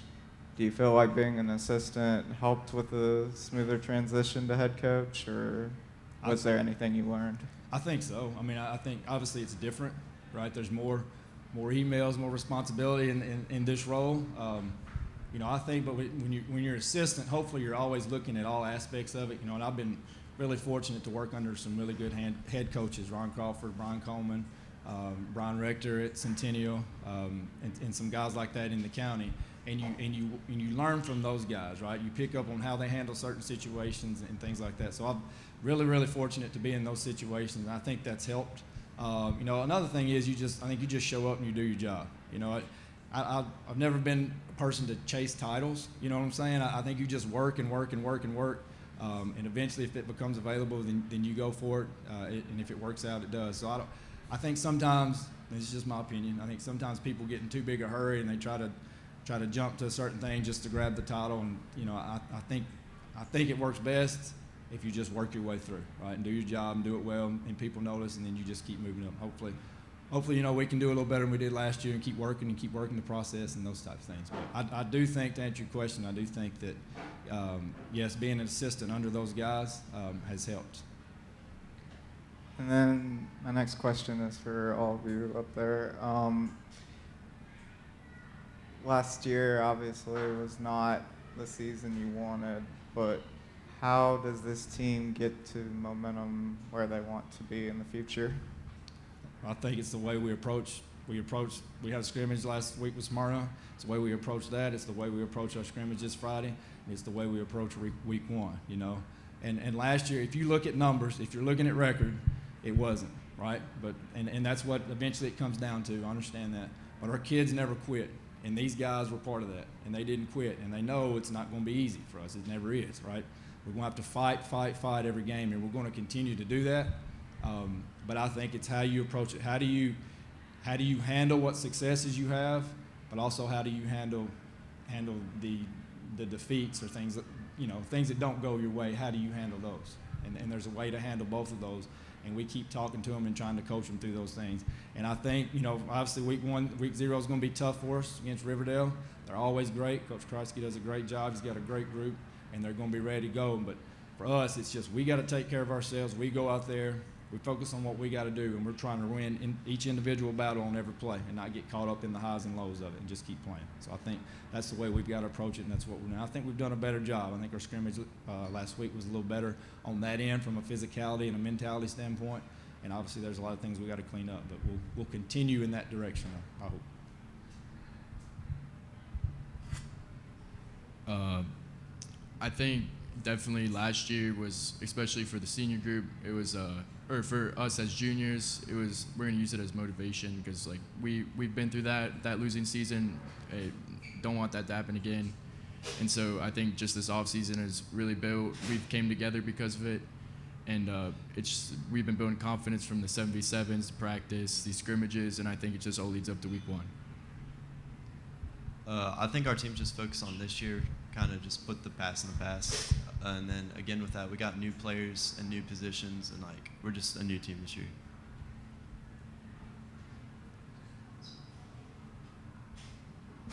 Hey guys, Charles with the Williamson Herald. looking at the roster here, you've only got about a dozen seniors on this team. We're loaded with sophomores and juniors. Coach, if you didn't mind, kind of talk a little bit about some of those guys we're going to be seeing, and including these guys. I mean, why did we bring these two with you? And just tell us a little bit about the guys we're going to be watching and hearing a lot about. Yes, sir. We've got 13 seniors, and pretty much all of them are going to be involved, right? So it's 13 good seniors. These guys are here because and just like the other guys, they're consistent. They're there every day. They work hard. They're dependable. We could have brought them all, really, and it's that type of group. So it's a really good group. And you got to think about over the last couple of years, kind of what they've been through, what they experienced last year. But like Cooper said, put that in the past. We learned from it. We put it in the past. But they came back. They've had a great offseason. They keep working. They hadn't quit on their teammates. It's easy to walk away from things when they're not going the way you want them to. But it takes character to come back and keep working like they've done. So that whole group is like that. They've been a great example to our younger guys. The group last year was a good example to these guys as far as effort and keep working. And they've picked up on that, and they're continuing. You got to believe that if you keep working, you keep fighting, good things are going to start happening. And they're happening. They may not show with the record last year, but I believe they're happening from within, and we're going to keep doing that. So, you can talk about any of these guys. We've got Reagan. We've got Alec Walters, be a corner for us, Gage Wilson, Mina. Another great example of character, 7-on-7 at Ravenwood. Didn't get to play all last year, but has worked, and he's back, and he's playing really well. And you're talking about a guy that appreciates playing football now.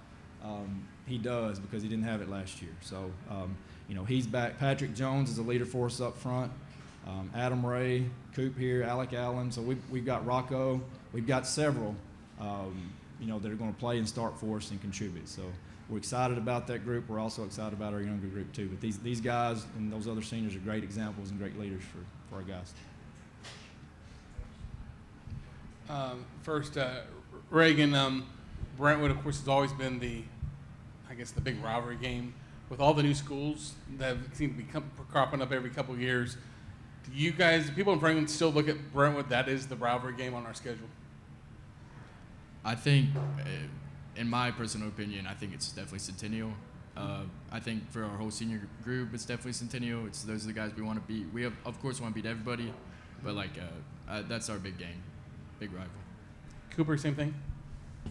I think Brentwood's a big game on our schedule, as well as like any other team, but I'm with Reagan Centennial. They're the closest right across in Franklin. Coach, do you think that's for years it was Brentwood, Franklin, is this just as simple of hey, we've added schools and because they branch out, it's so close, I think that's where these budding new rivalries are? Yeah, I think so. I think, of course, we're a lot older than these guys, so back in the day, it was Franklin Brentwood, but I think these guys now, and I think Centennial probably would agree, that they see this as their biggest rivalry game. And a lot of it is, Franklin and Centennial used to kind of be together, and then when they built Centennial, it kind of split a little bit. So I think that's a lot of it. But no, if you ask the kids, they're probably more likely going to say what they just said, Centennial. Yes, sir.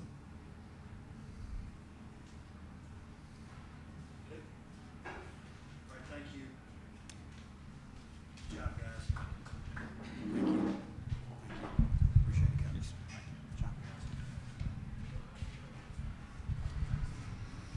guys. Up next, we have Fairview High School. Coach Hughes, you come on up. Come on up, Coach. Good to see you. Coach, if you would, we'll get you to introduce who you have here with you, make an opening statement about expectations, and we'll take questions from the media. Fairview last year coming off a 6-5 record. We were talking about this before, Coach, about that you guys probably felt really disappointed, and you have a winning record, and you're in the playoffs. Obviously, losing the first round, but I know the expectations at Fairview during your tenure have been pretty darn high the past few years. You moved into a really tough region, but this year, Tate and I were talking about it before you got here. We've got that White House game kind of circled as the game in the region. So, Coach, if you would, introduce who you have with you, talk about some expectations. Chris Hughes, Fairview High School. Thank you, Darren. Chris Hughes, Fairview, this is my 14th season. I'm from Fairview. The two people I have with me are super players, but even better people. This is number 11, Layden Grant. He's our senior running back, linebacker, jack of all trades. This is Connor Ferris, our left tackle, who's been with us and been a starter since he came into the school. Both have aspirations to play in college. Both are really good players. And if you play Fairview, you're going to have to be ready for these two people, no matter who you are. As far as our expectations never change. Our goal is to win the state championship. And I have failed every year. And every year it motivates me to go back. And they know when we say, what do we expect? We expect to win the state championship. So we haven't done that yet. But as a goal, we want to win the region. We want to take everything game to game. And we've got to get a little playoff drought going on. We've made the playoffs every year. But the last 3, we've been knocked out in the first round. So to get to the state championship, you have to get past the first round. So our goal this year is to get over that hump and start making that run. I feel like last year we lost to a really good Paige team by 8 points at their place, and they finished second in 5A. We got knocked out in the first round of 3A. So how we finish is more important than how we start. And I think that's hats off to Coach Rathbone, and they do a great job. But I think our guys are hungry. I think they're focused. And this team has a lot of character and heart, and I expect it to show on Friday nights. So that's pretty much what we expect and where we're headed. 2 big games in the region, really, with White House and Waverly. Waverly embarrassed us last year. We were a little beat up at the end of the season. They beat us pretty bad on TV. So that's circled on our calendar. We haven't forgotten that. And White House got away with one. We had the ball 4th and 1 on their 18-yard line with less than a minute left, down 4, and we didn't get the first down. So the game of inches, game of a few points. You can win games, lose games, just that easy. So that's where we're at this year. But I'm excited. I feel like we have a really good team, and I'm really more excited because I'm coaching some really good kids. This is one of my favorite teams. I'm enjoying coaching because of how good a character and how good a kids I've got at Fairview. Chris, Tyler Palmateer with Main Street Preps. I just wanted to follow up with something you said. You're from Fairview? Yes, sir. 1985. Tobacco Bowl champions. Can't say that now, but back then we had a Tobacco Bowl. So. Well, I wish I would have been around to cover that. You probably weren't born yet. Look. Almost. Hey, what I was just going to ask you what it's like coaching the hometown team. You know, there's not even in high school football these days. The coaches move around a lot, and it's just kind of unique to have a guy who's from the town coaching the town. Doesn't happen everywhere. What's that like? Well, Tyler, I'm from Fairview, so I'm from Old Fairview. There's a new Fairview and Old Fairview, kind of like Brentwood and Franklin. There's an old Brentwood and an old Franklin. There's a new Franklin. Here's what I will tell you, and I tell my kids this: whether I'm coaching football or not or get fired, you're still going to see me. I'm not going anywhere. I've been called. Not in the last 10 years, I've had several offers at other places and chances to interview. I've never accepted one. I'm not using Fairview as a stepping stone. I want to build something there. And that's what we're trying to do together with my staff. I live on the same road with my mother, my sister, so we're not going anywhere. Here's the thing I'll tell you. This is the good and the bad. The good and the bad is, the good is I know everybody and they know me. The bad is I know everybody and they know me. So my door's open. People talk to me probably different than they talk to other coaches. They have that thing where they can say, man, coach, you killed us. That guy. You know, that's fine. Then I have that support. We just raised a lot of money in the community from businesses and people that these guys go out and they just love Fairview and they support us. And we had a Gatorade drive an hour and a half, brought in 780 bottles of Gatorade and $500 cash in an hour and a half outside of a Publix in Fairview.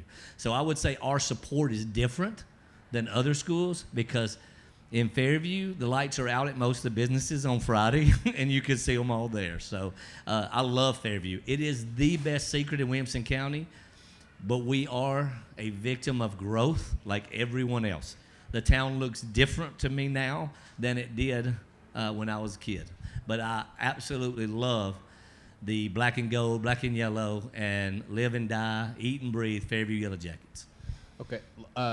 Second one, last one for me, completely different question. I'm going to write about this. I'm kind of asking all the coaches this, but as far as the head contact, kind of player safety with the head, what do you guys have maybe in terms of best practices or equipment, or what do you guys do to minimize that head contact and keep players' heads safe? One, we buy the best helmets we can find. Almost every one of my guys are in a Riddell Speed Flex, which is a 98% rated helmet for concussion. Like you get all kind of different stars, etc. The Tennessee Titans sent us 58 Guardian caps this year. We're wearing those at practice. We wore them in the scrimmage, especially the players like Layden that hit really hard. My line coach, he don't think Connor's a little too close for a Guardian cap. They're doing the close in contact. But we're trying to protect as much as we can. We do a lot of butting up and not as much taking to the ground. Quick whistles are a thing you see that's different. Practice in general is different. I remember the old days. You got a drink of water here or there and you went. Now water's readily available. Contact is not like it was then. No two-a-days, nothing like that.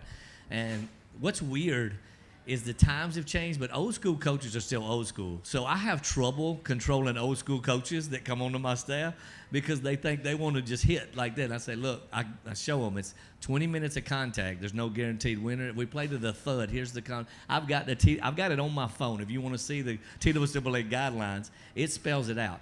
I'm not going to get in trouble because something happens to him because he hit for an hour and a half instead of 20 minutes.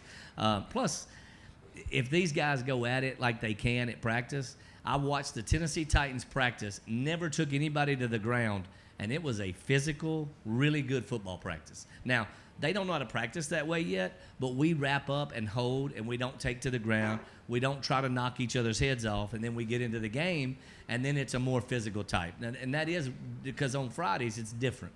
But we still try not to lead with the head, a lot more wrap and roll, a lot more, bringing people to the ground to protect them. Because here's another thing, CTE has scared a lot of people away from football. It just has.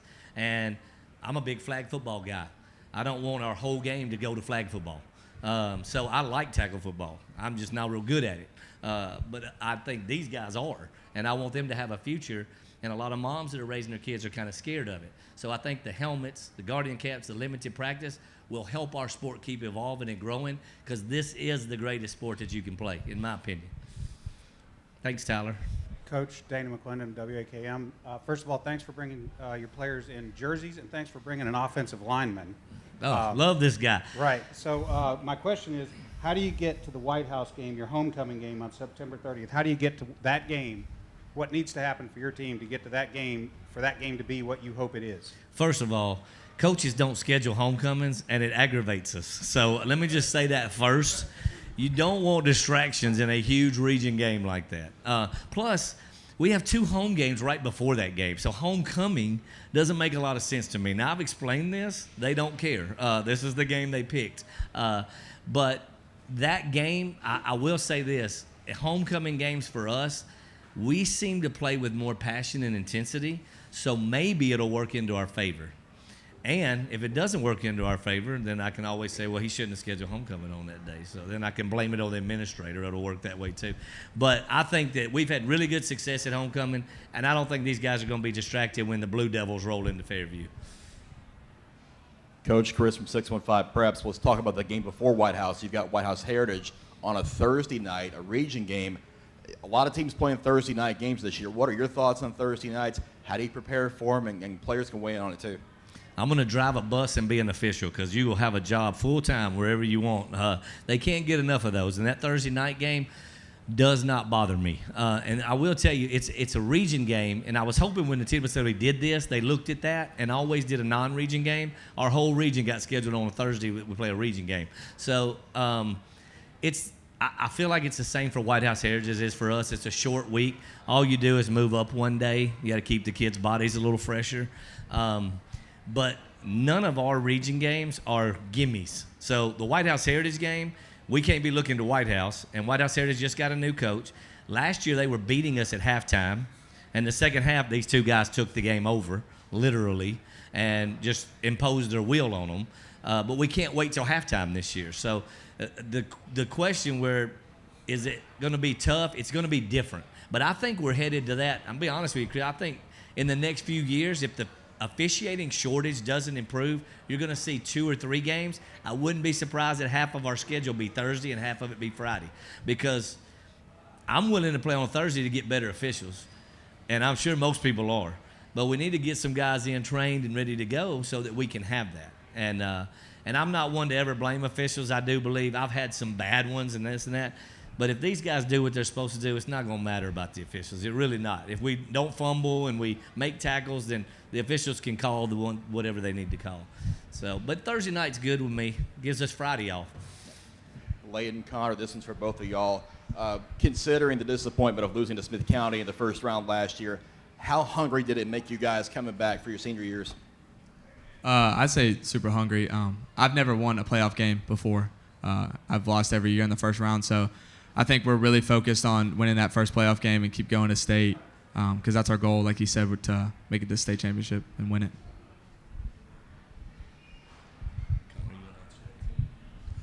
After that game, it left me with a bad taste in my mouth. We had that game in the bag. Smith County just outperformed us in that game.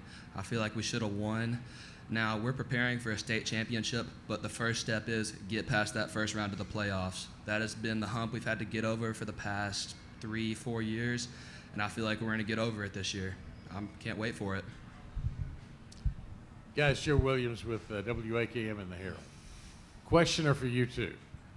You are playing, Coach has talked about how much he loves this team and all this. You guys are playing for a fella who has a reputation for being a gunslinger, unorthodox, go out and do some really weird stuff that you wouldn't expect. How much fun is it to play for a coach like that?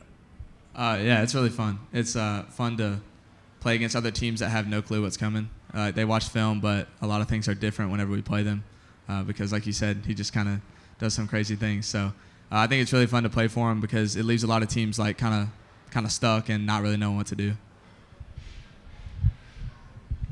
I really enjoy it mostly. I mean, last year, homecoming game, throw me a little pass on a 2-point conversion. They thought I was going to run it up the middle. Then I just jumped up in the air, threw a little 2-point conversion to Layden. It's pretty fun.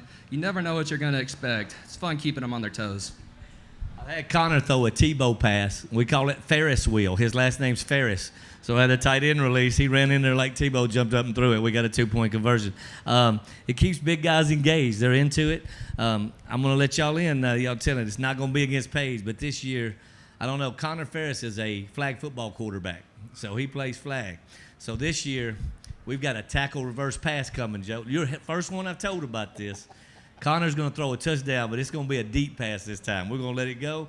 If he don't get murdered or somebody blitzing or something, but let's hope if he's on his feet and can throw it, we'll be open. You ever heard of a tackle reverse pass? You did now. Now don't share that with any. This is between everybody in this room. If somebody finds out, I'm gonna know it's one of y'all that told. And that's not unorthodox. Do you think that's unorthodox? Oh, y'all are videoing. Hey, we'll cut that. Cut that last thing. It's live. Oh no, it's really what. Y'all see, I'm really focused on this. I came straight from practice. I got sweat underneath this shirt right here. So, no, I think making it fun for the kids is 90%. Nobody wants to play football if it's always grunt work. You know, this guy works his butt off in there. To reward him with that kind of thing is huge. And you know who loves it? All the other guys. They're like all rooting for him.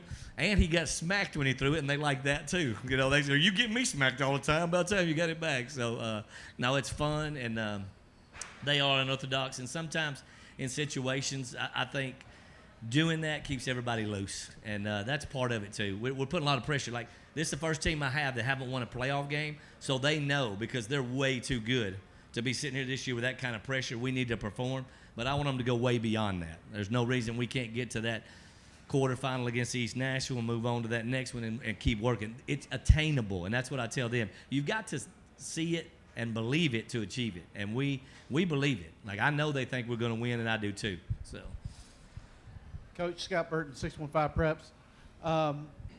Looking at your roster, you've got quite a bit of young players on your team, 9th and 10th graders. Talk about what these two fellows are doing to get those younger players up to speed and be part of that program. I will tell you why. I just told you about Fairview growth, right? Our freshman and sophomore classes are huge coming in, and I look at that. Now, I got 20 to 30 players in both those grade levels, but I don't have this talent right here yet. So I'm hoping they develop, but they are seeing how you conduct yourself and how you handle business to get ready for things. These two guys do it the right way. They work hard. They do the right things on and off the field, which is more important to me than the X's and O's. And I know I can trust both these guys. They're not going to make a mistake and leave our team hanging this year. So my thing about that is I hope the young guys, because they're finding themselves. Let's be honest. Freshmen and sophomores come in. They're trying to figure out life. Where do I fit in? Am I with this group? Am I with that group? If they follow these two guys, they're going to go down the right path. And that's more important to me. So they're watching how they work at football, but they're also watching how they work at life, which will get them way further. So one day they can be famous like all of us, reporters and coach sitting in a big room like this, all of us making like, I don't know, $10 an hour. We're like floating in this place. And but hey, we're doing what we love. And I tell them all the time, that's more important. But I think that the leadership we have this year with our senior class will affect my freshmen and sophomores in such a positive way that the growth for our team will be there when they're gone, and they can have the pride in that. Tom Krager, Tennessean. Connor, and then Layden. Who's the best player you've played against? Not on your team. Best player you've been against, and why? I'm going to have to say the defensive lineman from Smith County in that playoff game. I think his name's Jameson something. I can't remember his last name. But he was a great player. It was fun to block him because he's just good and strong. It was a great battle in that playoff game. That's a good answer. I think sophomore year we played against Lebanon on a Saturday, and they had a running back. He was number 6. I don't know his name, but he was a real good player. Coach, what about you? Who's the best one last year you went against that you had to really scheme hard against? Paige's quarterback was probably the most talent. We knocked him out of the game in the first half, and the second-string quarterback threw a touchdown to beat us, so it might have worked to our detriment. Yeah. But he was really good, and when I saw him play in the playoffs and then make that long run, I feel like he came back with a real chip on his shoulder. I feel like I helped Paige get to where they got by doing that because I think it motivated him. But Paige's quarterback was a beast, and we played against a linebacker from East Nashville a few years ago who's playing in the NFL now. And he's probably the best player I've seen face-to-face on the field. Jacob Phillips, I believe. That's right. And Jacob, I'm going to give you a story time. Jake Beathard, remember Jake Beathard for me? Mm-hmm. Okay, he ran, and he juked him, and Jacob didn't make the tackle. And he flipped the ball at Jacob Phillips, and he said, put that on your highlight reel. Well, the next 2 plays later, we ran a deep counter.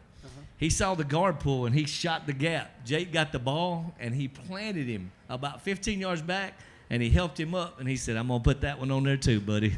And I was like, came in our locker room. We beat them, put them out. Jacob Phillips' last game was at Fairview High School, and I don't know if you knew that or not. So we eliminated him. Yep. He walked into our locker room and congratulated our whole team. And I thought, this guy's going to go somewhere. And there he is. So it's good stuff. Coach Rathbone was I think he thanked you for their success last year. Yeah, I bet he did. I bet he did. It's his anniversary day. I'm glad he had to come here. I hope his wife's mad at him. Good eye. Hey, thanks to Darren, too. Darren's doing a great job for us, for sure. Appreciate it, Coach. Appreciate you. Thank you. Next up, we have Centennial High School. Coach Kreisky, if you guys will make your way up. Come on up.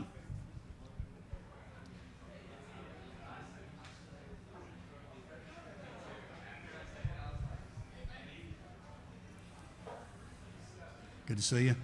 I'll give you this mic. So, Coach, Centennial High School last year, 6-4, just missed out on the playoffs. Coach, one of the things we talked about before you got here, you're a team the past couple of years that's really been on the rise. You've also been a team that years you haven't made the playoffs. Certainly, you go to about any other region, you would be in the playoffs, but you've been knocking on the door. I know there's some high expectations, not only from you, but this group. Looking forward to playing in that 11th game this year, Coach. So if you would, just tell us who you have with us, and then also tell us your expectations for the season, and then we'll take questions from the media. Matt Kreisky, Centennial High School. Thank you. Appreciate it, Darren. I got here with me Brandon Jones, 3-year starter for us, quarterback. Also played a little bit receiver for us last year too, but this year looks like in the full-time role back in the quarterback position. We're looking at big things from him from this year. He's done had a great off season, great June and July. So we're excited and seeing him grow and what's he doing with the offense. Here to my left, I have Xavion Haddix. I can't say enough about this young man. He's an outstanding worker. He'll play outside linebacker or bandit, outside linebacker. He don't like me to say the D-line. It's outside linebacker. And he'll play some running back. He had a few carries tonight and had some. We just got done. We just walked off the field from a scrimmage with Nashville Christian this afternoon. He got canceled on Friday. So sorry if we smell a little bit and a little sweaty, but rushed these guys off and had them come over here. Like Darren said, we have high expectations for this group, this senior class. I remember when they walked in their freshman year. Was fortunate. It's been the last year I've been able to do it, but we had about 35 freshmen that year that played. They ended up finishing that year with a bowl game against Blackman High School. So we knew as we move forward with this group, the expectations. A lot of them, well, when I say a lot, we have 25 of them. I say out of 25 of them, 18 of them probably played significant roles as sophomores. We finished 3-7 that year. And again, I feel like, a couple games with their inexperience, did some great things, but it was a real learning experience for them. And then last year we finished 6-4, missed one game from making the playoffs. So our whole goal and our whole motto this offseason is finish, because our goal is to get in the playoff. We want that 11th game. We've talked about that all offseason, about getting that 11th game. So with these guys here, and we've got our skill guys in our junior class do some great things. With our skill guys, with Kanai Johnson, Jaron Odie, Dominic Reed, Tanner Lee. I can go, whom I'm probably missing somebody, Jaden George. They have done some great things for us offensively. And I cannot forget about our guys up front. These guys up front, most of them played as sophomores, and now they're seniors. We're senior heavy up front. It's an experienced group that we're expecting to lead us and take some burden off of Brendan during the games and help execute and being able to run the football with the offensive line and Tanner and Xavion. Defensively, like I mentioned, Xavion and Keegan going to hold up. Keegan Scruggs going to hold up up front. They've both been had a great scrimmage today. Our inside linebackers have Matthew Rowan, Caleb Workman, Dylan Bruton. They're all three rotated at the inside linebacker, and again, those are three seniors that have played significantly since their sophomore year. We're pretty much junior heavy in the secondary with Dominic Reed, Cody Williamson, Matthew Garcia, Kanai Johnson, Jaron, who am I missing? Jaden George, and Titus. As you can see, our skill position are a lot of guys that also play basketball. Very fortunate with having Coach Jeremy Moore on staff at Centennial. He's worked well this summer. I tell the guys the hardest month is June, going from practicing from football to basketball. He's worked well. We work well together. So letting these guys, those skill guys, balance football and basketball during the month of June, and now we're coming back from the dead period. So he lets them turn their entire focus to football. But yes, again, we have high expectations. We're excited. These guys know the expectations. They know what people around are saying. So we're gonna look to push and looking for that playoff spot this year. If anybody has any questions, just go ahead and ask these two guys, especially ask Xavion. He loves to talk. Hey, this one's for Brendan. Tyler Palmateer with Main Street Preps. Brendan, as you enter your senior year here, what are you feeling the most comfortable with at quarterback? After 3 years of kind of doing this thing, where are you feeling the most settled in? Well, this year we have a new offensive coordinator, Coach Jonathan Parks, and he has worked really well with me, and we've kind of built like a bond, and that's actually really helped me a lot.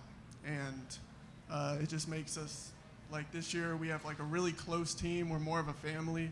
We're not really a team. So it's just, that makes me a lot more comfortable, and I trust our pass schemes, I trust our offense, and I just trust everything that we're doing.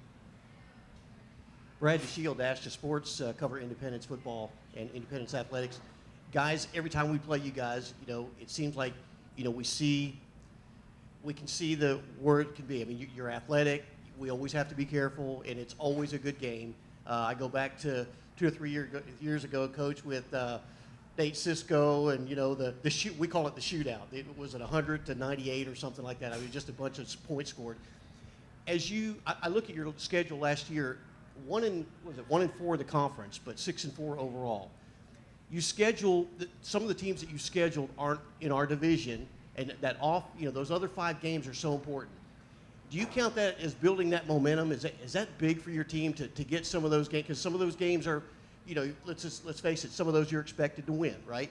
But getting that momentum and coming in, does that help you, or do you think maybe if you could change it a little bit, you might put a couple of harder teams in there? What's the difference in that from a coach's perspective? Yeah, last year going in, coming off a 3-7 season, I was fortunate. Most of those schools reached out to me. I wanted to build some confidence with these guys going into their junior year. Now, if I now going in, I wish I could change it and add maybe 2 or 3 teams, a little bit more tougher for these guys to help us build for the region. But I know our first game against Overton, they have. I know after I talked to Coach after the game last year, he's got things going in the right direction, and I feel like that's going to be people say we're expected to win, but that's going to be a really tough game. They are a much improved football team. But to answer your question, yes, going last year, with confidence now, I wish our schedule was just a little bit tougher, but it is what it is. We're hoping it'll help because, again, like you said, with our conference record last year, now our goal is to get another one, to get 2, to get 3, to get 4 of those wins, to let the conference know that we're here. We're not the same Centennial that we've been in years past. So we're ready to come out and compete and do everything we can to earn that spot for the playoffs. Wish you a lot of luck this year, by the way. Xavier, you like better the offense? Are you getting to run the ball some? Or do you like playing defense, or does it really matter? You just want to be on the field? Or if you have a favorite, let me know why you do. I would say I just want to be on the field, most likely. I love each side of the ball, but hey, if I did have to choose, I'll pick defense because defense, hey, you get to lay anybody out, you can't say nothing. That's right. Hey, just play.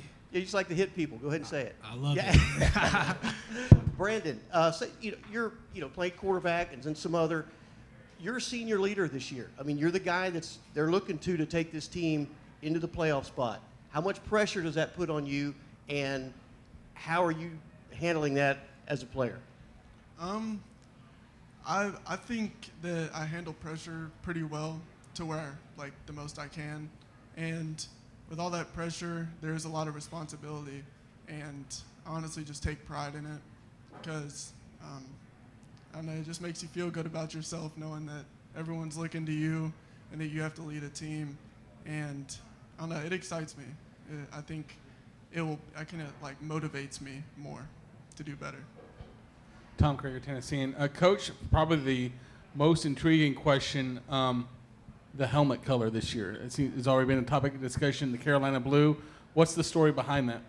Well, Dr. Dyson came to me when he first got there. We talked about it.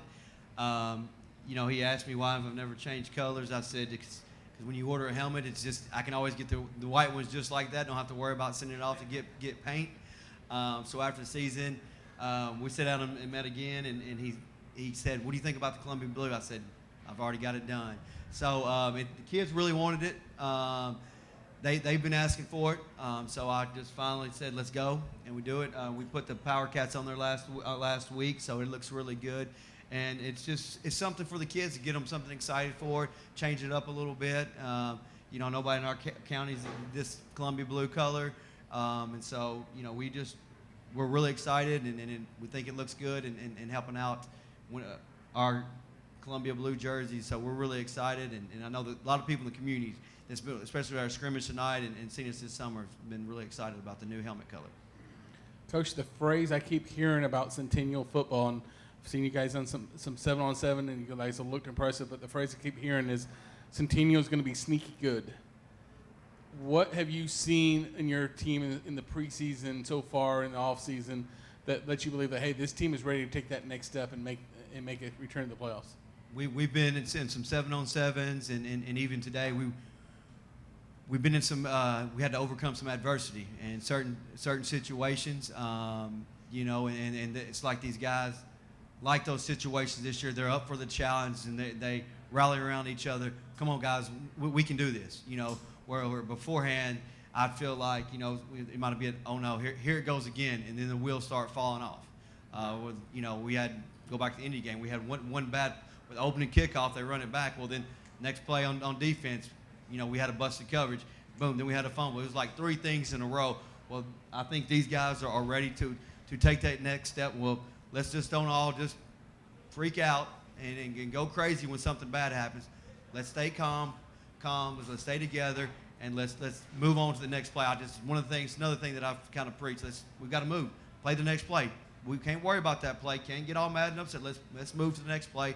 Let's worry about that and not worry about the last play. Players, I've been asking other players. I'll start with you, Brendan, and same question for Xavion. Best player you've played against last year, and why? The best player I played against last year, probably Keaton Wade, just because he was so dominant and I was playing receiver at the time, but I'm glad I wasn't playing quarterback that game. But no, yeah, he just took control of that whole defense, and he was a really dominant player.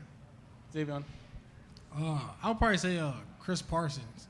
It's like he can't stay in the pocket. It's like a little ant. Like once you try to get it, it's just keep moving around. It's kind of hard. He's a good player. Yeah. And Coach, who's the best player you coached against last year that really gave you, kept you up at night? Well, I'll go with Xavion. Chris Parsons, I never forget going into the game, met with the defense on Sunday, and I told him, I said, guys, if we have 4 turnovers, we're going to put ourselves in position to have a chance to win. Well, we had 4 turnovers, and we wasn't even close because he just kept running, like he said, just running around, slinging the ball. You've got to contain him, keep him in the pocket. You know, he's a super athlete, just like numerous guys in this league. So that's why it's a challenge week in and week out for us facing teams. But I say last year, Chris Parsons and the Wade brothers, I give both of them. So. Scott Burton, 615 Preps. This is for Xavion. Very explosive teams that you're playing. What have you done defensively? What has your team done defensively to try to anticipate and get better against some of these players? I would say to get more aggressive. Sometimes our players get laid down after a bad pay, and I was just like, man, we gotta be aggressive. We gotta play the next play. Hey, just go at it. It's basically I'm saying the mentality you don't care, just keep playing. I'll add to that too. I was very fortunate this offseason. Brought in Coach John Crosby from Stewart's Creek. So I called the defense last year. He came in, and after being with him for a couple of weeks, he's very knowledgeable and knows the game. We're very multiple this year up front, so our front's going to be constantly moving. You may see us in a 3-man front one play. You may see us in a 4-man front. But the way he's mixing up his calls, moving Xavion around, moving some of those guys around, we're hoping to give, from I feel like our size is we're still going to lack size, but moving our guys around so much, hopefully it will give other teams some fits this year.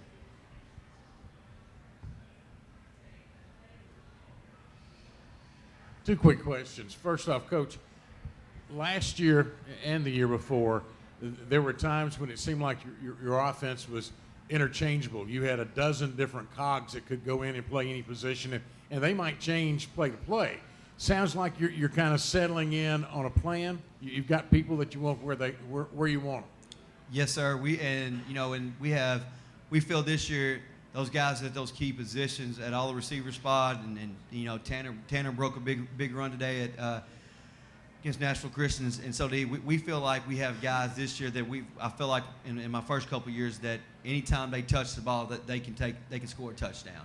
I feel like we've got some explosive guys like some Jariels, like some Tavion Flemings that I had my first couple of years that you don't know. We may just our goal of calling a play may be getting 4 or 5 yards, but next you know it they're ripping off 60 yards for a touchdown. So yes, I think we got some guys at the spots. They're going to be there, and we're not going to have to change, you know, barring any injuries or anything. That we don't have to move guys around like we have in previous years. And for you two guys, and I think about this often and probably shouldn't, but how tough was it last year to pack up at 6-4, knowing there were teams that had losing records that were going to the playoffs? Yeah, like I can't remember, one of y'all said it earlier, in any of the other divisions, we probably would have made it. And I think that we play in the hardest division in the entire state. And yeah, it's just not fun knowing that you have a winning record and you built some momentum coming off a year that you did twice as good and that you're not going to make the playoffs. It wasn't a good feeling. Yeah, I agree with Brendan. It was like some teams like that we beat, like Overton, they made the playoffs. And it's like, man, we could have did the same thing and probably did better than they did in the playoffs. And it's kind of like frustrating for me.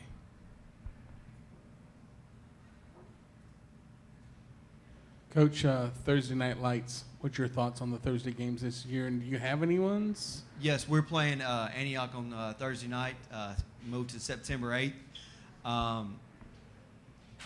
You know, with the ref shortage, it is what it is, and if we can't find enough to come out on Friday nights, and one thing I do like that, it's kind of a change up in the year, just give you the kids something different, maybe go out on a Friday night to go watch some other local teams play.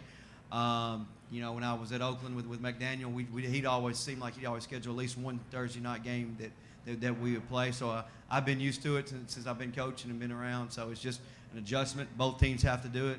It is what it is, and we'll adjust and bring the guys in on Sunday and get that extra day in. I think the bright side is they're telling you, I think you should be getting one of the better staffs, better referee staffs. Is that the bright side of, hey, you should know you're going to have one of that association's best staffs? Yes, sir. I mean, that's always key. You always want to have a good crew every Friday night, and just, you know, do that. That's kind of exciting for us. Thank you, guys. Good job.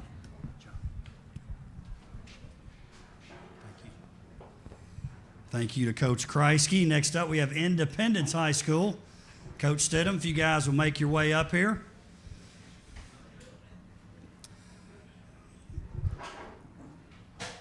As most of you know, Coach Stidham's in year one at Independence High School. Certainly not a rookie when it comes to coaching, but it is his first year at Indy. One of you over here. Is his first year at Independence. Been on the recruiting trail for Coach for a couple of years. I've talked to him for a few years about if we had a good opportunity here for him to maybe come to our league. So, Coach, if you have a great year this year, I want to take some credit for that. If not, I'm going to deny these statements here I just made. But we're excited about Coach being here. He certainly gets it. Working out there with Mark Wilkins, who's the boys basketball coach. They had some experience working at South Gibson, a lot of success for boys basketball and football. Just to recap on Independence, their year last year, 4-7.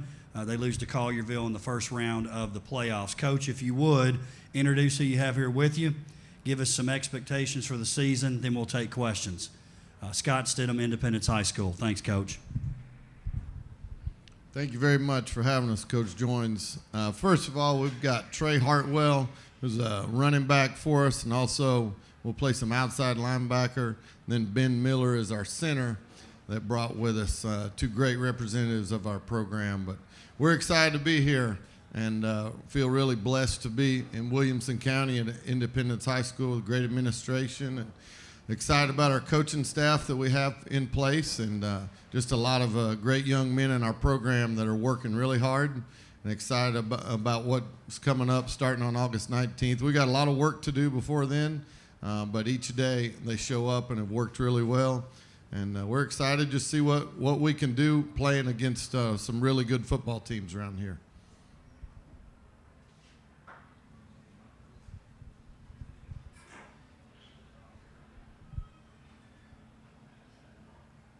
Charlie from Williamson homepage. First question is for Coach Stidham. Coach, you were at South Gibson previously. Williamson County is considered one of the best conferences for football. What do you know about Williamson County football, and I guess the bigger question is, what are you hoping to gain in your first year coaching in it? Well, I've learned a lot since I got here in January, that's for sure. But we saw some teams on film. We played some teams that went back and forth. We played Henry County, who played Paige and Summit last year. And so I've gained familiarity as I've gone. My roommate, a long time ago at UT Martin, came from Brentwood High School. So I've had a connection a little bit here for a long time. And I've learned that there's great football here. And we're excited about the opportunity to play. You know, there's 6 great football teams in this region. And so our first goal is to try to find a way to get in the top 4 so we can make the playoffs. And then you go from there. If you can find a way to eke out and get in the top 2 to get a home playoff game, and then your next goal is to try to win the thing. But it's going to be difficult and challenging, but that's what we hope to do. And then my next question is for all of you. CPA, who you play first, was runner-up in their division for state.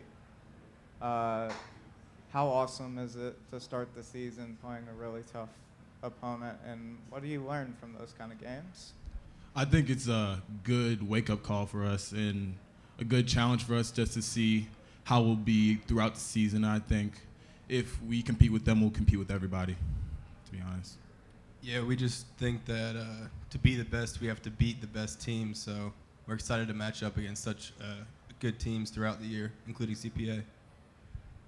Yeah, CPA has got great respect for me because they used to be in our class, and they played Milan a couple times, which was one of our rivals in the playoffs. So Coach Martin and I have communicated quite a bit already for the last few years. But he's a great football coach and a better man. And the chance to play great programs is what we're here for. You know, we're going to play good people every Friday night, so we might as well start off with a great one.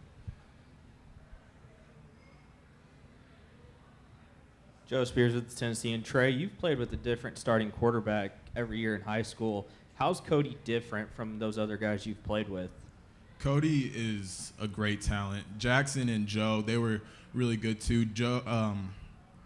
Cody is the youngest out of the 2. Jackson was a senior and Joe was a senior. Cody will be a junior, but I think he will end up being the best out of the 2 just because he has so much potential ahead of him. So I think once he reaches that, he'll be really, really good. Hey, Coach. How are you? I know this guy. Doing well, anyway, welcome to WCS Media Days. I got a question for Ben and Trey first. And Coach, cover your ears. You played for Coach Scott Blade. Both of you did, okay? Coach was a legend, great player, great coach, and had, a history of wins. What is the biggest difference that you see, not only on the field, but in the locker room, or anything that you see different, or could be good, could be bad, that you see with Coach, the new coaching change? Yeah, Coach Blade was a great person. He taught me a lot. He brought me up to varsity freshman year, and I was with him for 3 years, so thanks to him. But I think with every coach that you'll have, there's going to be a culture change. And with Coach Stidham, it's a great culture change, and I thank him for that. And I think that will carry on into the season, and I think we'll be good for that. So. Yeah, we're all super grateful to have been coached by Blade. I would say one difference that we see this year is there's a lot of leadership from the top down coming from the coaches. We have surrounded by great coaches all around. And then that kind of goes down to the seniors leading everyone confidently, and we're able to lead the younger guys into some of their first varsity experience. Coach, question for you. Indy has struggled some on the defensive line and on the offensive line. Sometimes moving the ball, running the ball. Coach Blade was always passing the ball for a real good reason. I mean, he could get the ball out quickly, move the ball downfield that way. But in the other hand of that, when you do that kind of football, your defense stays on the field the whole game because you're scoring quick and you're up, and then your defense is back on the field. What do you see different, or what do you see this year? What do you have this year on offensive line and defense that may change that a little bit, or will it change, or will it be some more of the same? Well, one thing about high school football is you got to use what you have. You know, you walk in the halls and whatever shows up, that's what you get. We don't get to go recruit, and there's no transfer portal coming in that I'm aware of. So we understand that, and so sometimes you get what you have. You have to work around your talent, and so we do feel like we have a really, really talented running back over here and several other with him. And we have some receivers that we're excited to get the ball to, and I brought Ben for a reason. You know, it starts with the offensive line. Every program, we talk all the time that no one's ever lost a game because they were too physical. And so we need to work at that and continue to get better. We played scrimmaged NBA Friday, so we got a taste of a really physical football team, which was good for us, and saw some good things and then some things we need to improve on. But, you know, our philosophy is to take care of the football and get our playmakers the ball in space and let them go make plays for us. Yeah, it's high school football. It's about these guys. It's not about me. Tom Krieger, Tennessee, and Coach. First, can you talk about the Thursday night schedule? Thursday night lights, over 200 games moved across the state. What's your thoughts on it? What do you think about playing at least one game on Thursday night this year? We play JP2 at home, and you know, it is what it is. You know, so we're gonna be excited about it. We're gonna play at home, and we're gonna tell our kids, which is the truth. I would imagine every team in our region is gonna be there to watch you. And so if you want to be an all-region player, you're getting a chance to show off. You know, it's just like Monday Night Football in the NFL or Thursday night. You're playing in front of the whole league. And so we're going to make it exciting. Hopefully our students will still be able to come out, and then we're going to tell them to go home, go to bed, and make sure they're in class the next morning. But, you know, it's just a chance where you're the only show in town, and we're definitely going to use it to live scout some teams throughout the season that we're going to play in the future also. Coach, you are one of the last two schools to get turf. First, can you give us an update? Are you on pace to be okay for the start of the season? And two, just talking about the fact that the county school system is funding all the turf fields, and you know, talk about turf wars and everything about facilities. They go a long way of making sure you all have top-notch facilities. Well, yes, I think we're on schedule to get it. There's already, our Navy end zones are already laid out today. They don't have the lettering in, but they were almost, as we walked off the practice field, it's almost track to track is covered. So they still have some things to do, but we play away on August 19th, so we don't play home till the 26th, so it'll definitely be ready by then.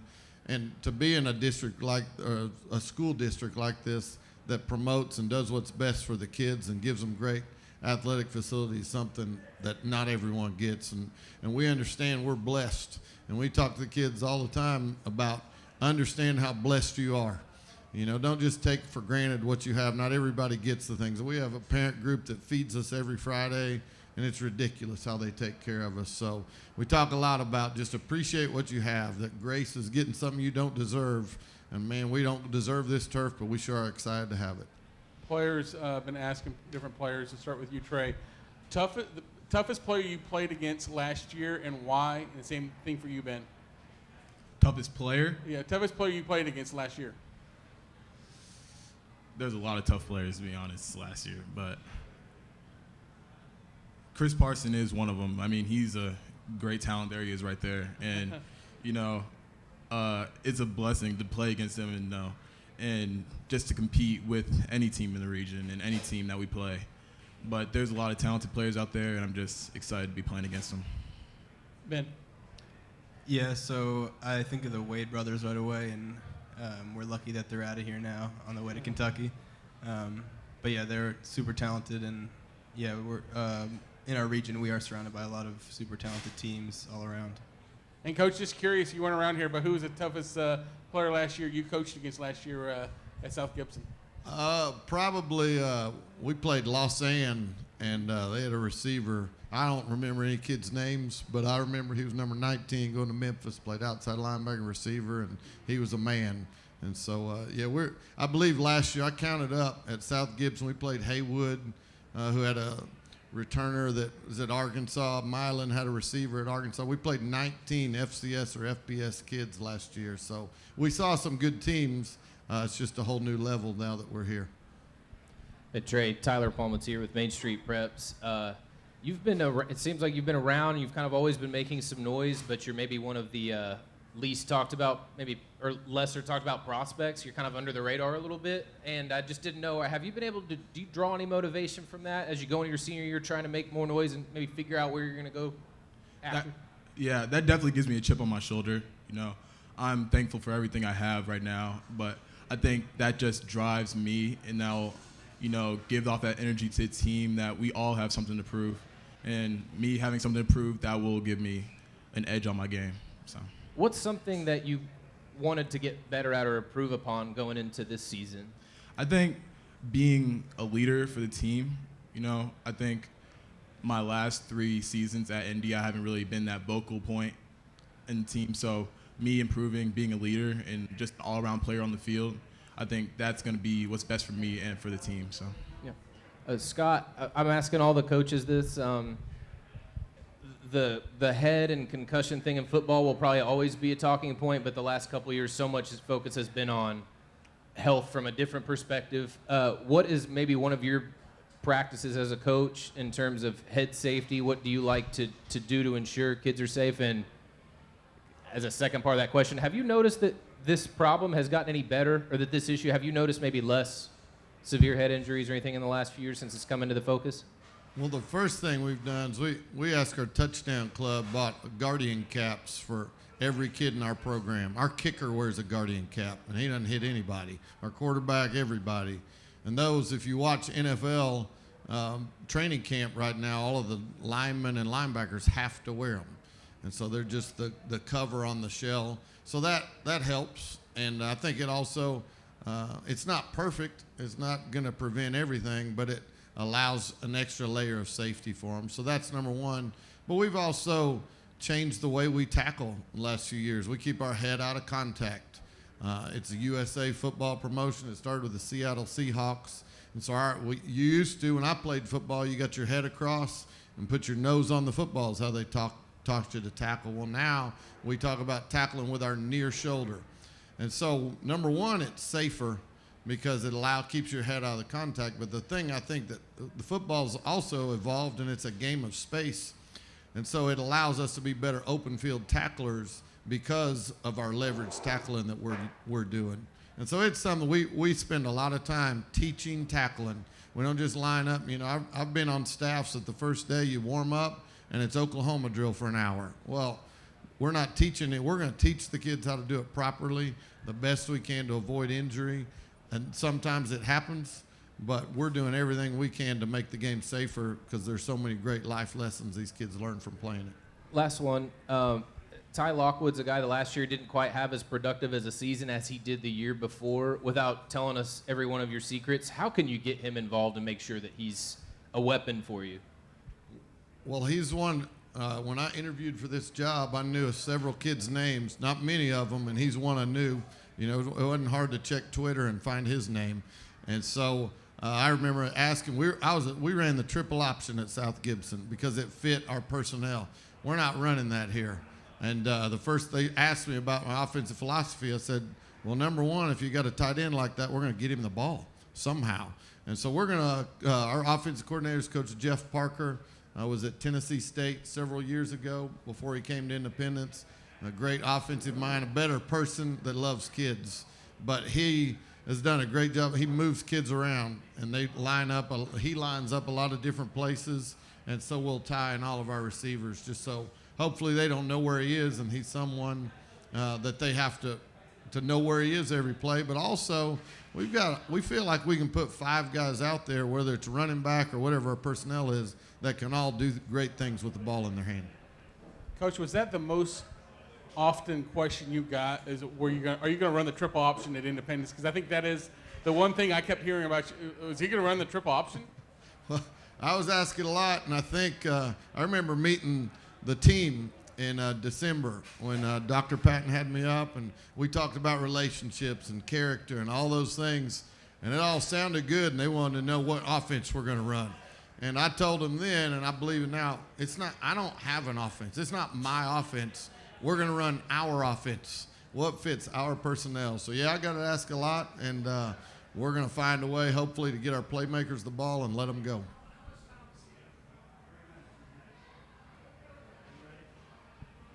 Hey, Coach, Dana McClendon of WAKM. You don't have to agree, but I'm circling the Summit game on October 7th. How do you get to that game with it having the importance that you hope it has? Well, I think it starts with, our mindset's going to be 1-0 every week. We're never going to come out on wake up Saturday morning and say, well, we're not going to make this game. And so we got to just continue to progress and continue to get better. We've talked to our kids about getting a little better every day. If you do that, you make great improvements before we play them. And we just watched film today from our scrimmage with NBA, and we realized really quick that there's a lot of things we need to get better at. So we know that Summit's going to be a big game. It's a rivalry that I learned really quickly, that it's a rivalry for us. So we're going to be excited about it. But if we start worrying about them now, then it won't be very important because we won't be ready for it. Thank you, Coach. Appreciate it. Good job, guys. Good job.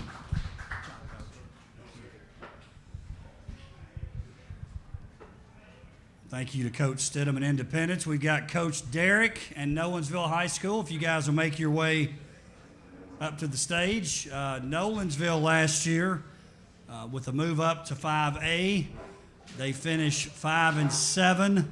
They get a first round, really a dominant win at Station Camp. I think they were playing their best football at the end of the year. Matched up with Paige High School. Let Coach sit in the middle here. Paige High School at the end of the year, lost to them in the second round. Coach, I think the expectation from a lot of us is that you guys, Nolensville High School, Paige High School, will be maybe the strength of that region this year, and maybe even, I know you're not looking ahead, but we're thinking maybe a quarterfinal playoff matchup too. So we'll see how that goes. Coach, if you would, introduce who you got with us, give us some expectations on the year, and then we'll take questions. Coach Paul Derrick, Nolensville High School. Thank you, Darren. All right, first off, before I introduce these guys, just want to thank everyone for being here. I want to thank all the media for what you do for high school sports and what you do for our players and promoting our student athletes. Thank you, Darren, for organizing this event. It's a great event to get some notoriety for our kids and promote our kids in our football program. So I'm excited to be here today. I have two outstanding young men here to my left. I have Kobe Walton as our quarterback, threw for over 3,000 yards last year, over 30 touchdowns, and only 6 interceptions in his first year as a starter. Had a very, very good year for us last year. So we're expecting big things from him again this year. And then to my right, I have Nick Arafis. Nick's probably the most selfless kid we have on our football team. He plays multiple positions for us. He's our starting tight end on offense, which is one of the most demanding positions and with what we do as far as what we do, asking him to block, pass protect, run routes.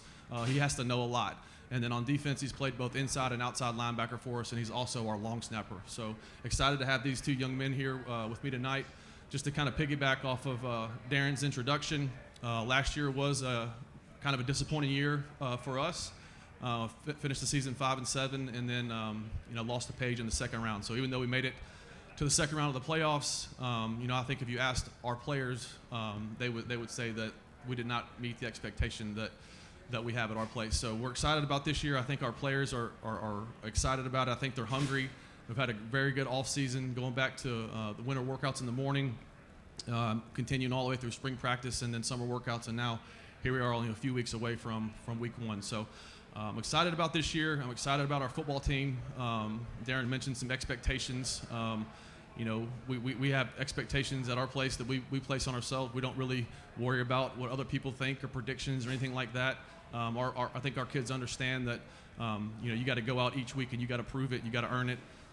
So that's what we've been preaching at our place, and excited about this season and excited about these two guys that have me up here tonight with me. So with that said, I'll open it up for any questions for myself or for our players. Coach Tom Krager with the Tennessean. Start with me, I guess. It's been a lot of Samson Johnson over the last couple of years until last year when we really saw the evolution of Kobe Walton. Can you talk about how that transitioned last year? And I'm assuming you want to get the run game a little more run to pass equal. I mean, obviously Kobe can throw it all over the field, but I'm sure you want to bring more of a run game there. Yeah, I think you definitely want to have balance in your offense, and I say this all the time. There's multiple ways to have balance. Obviously, to answer your question, yes, we would like to be able to run the football better than we did last year at times. So there's balance in run-pass balance, and there's also balance in how you distribute the football. And Kobe did a great job last year when we did have to drop back and throw it, of just going through his progression and getting the ball to a lot of different playmakers that we're blessed to have on our football team.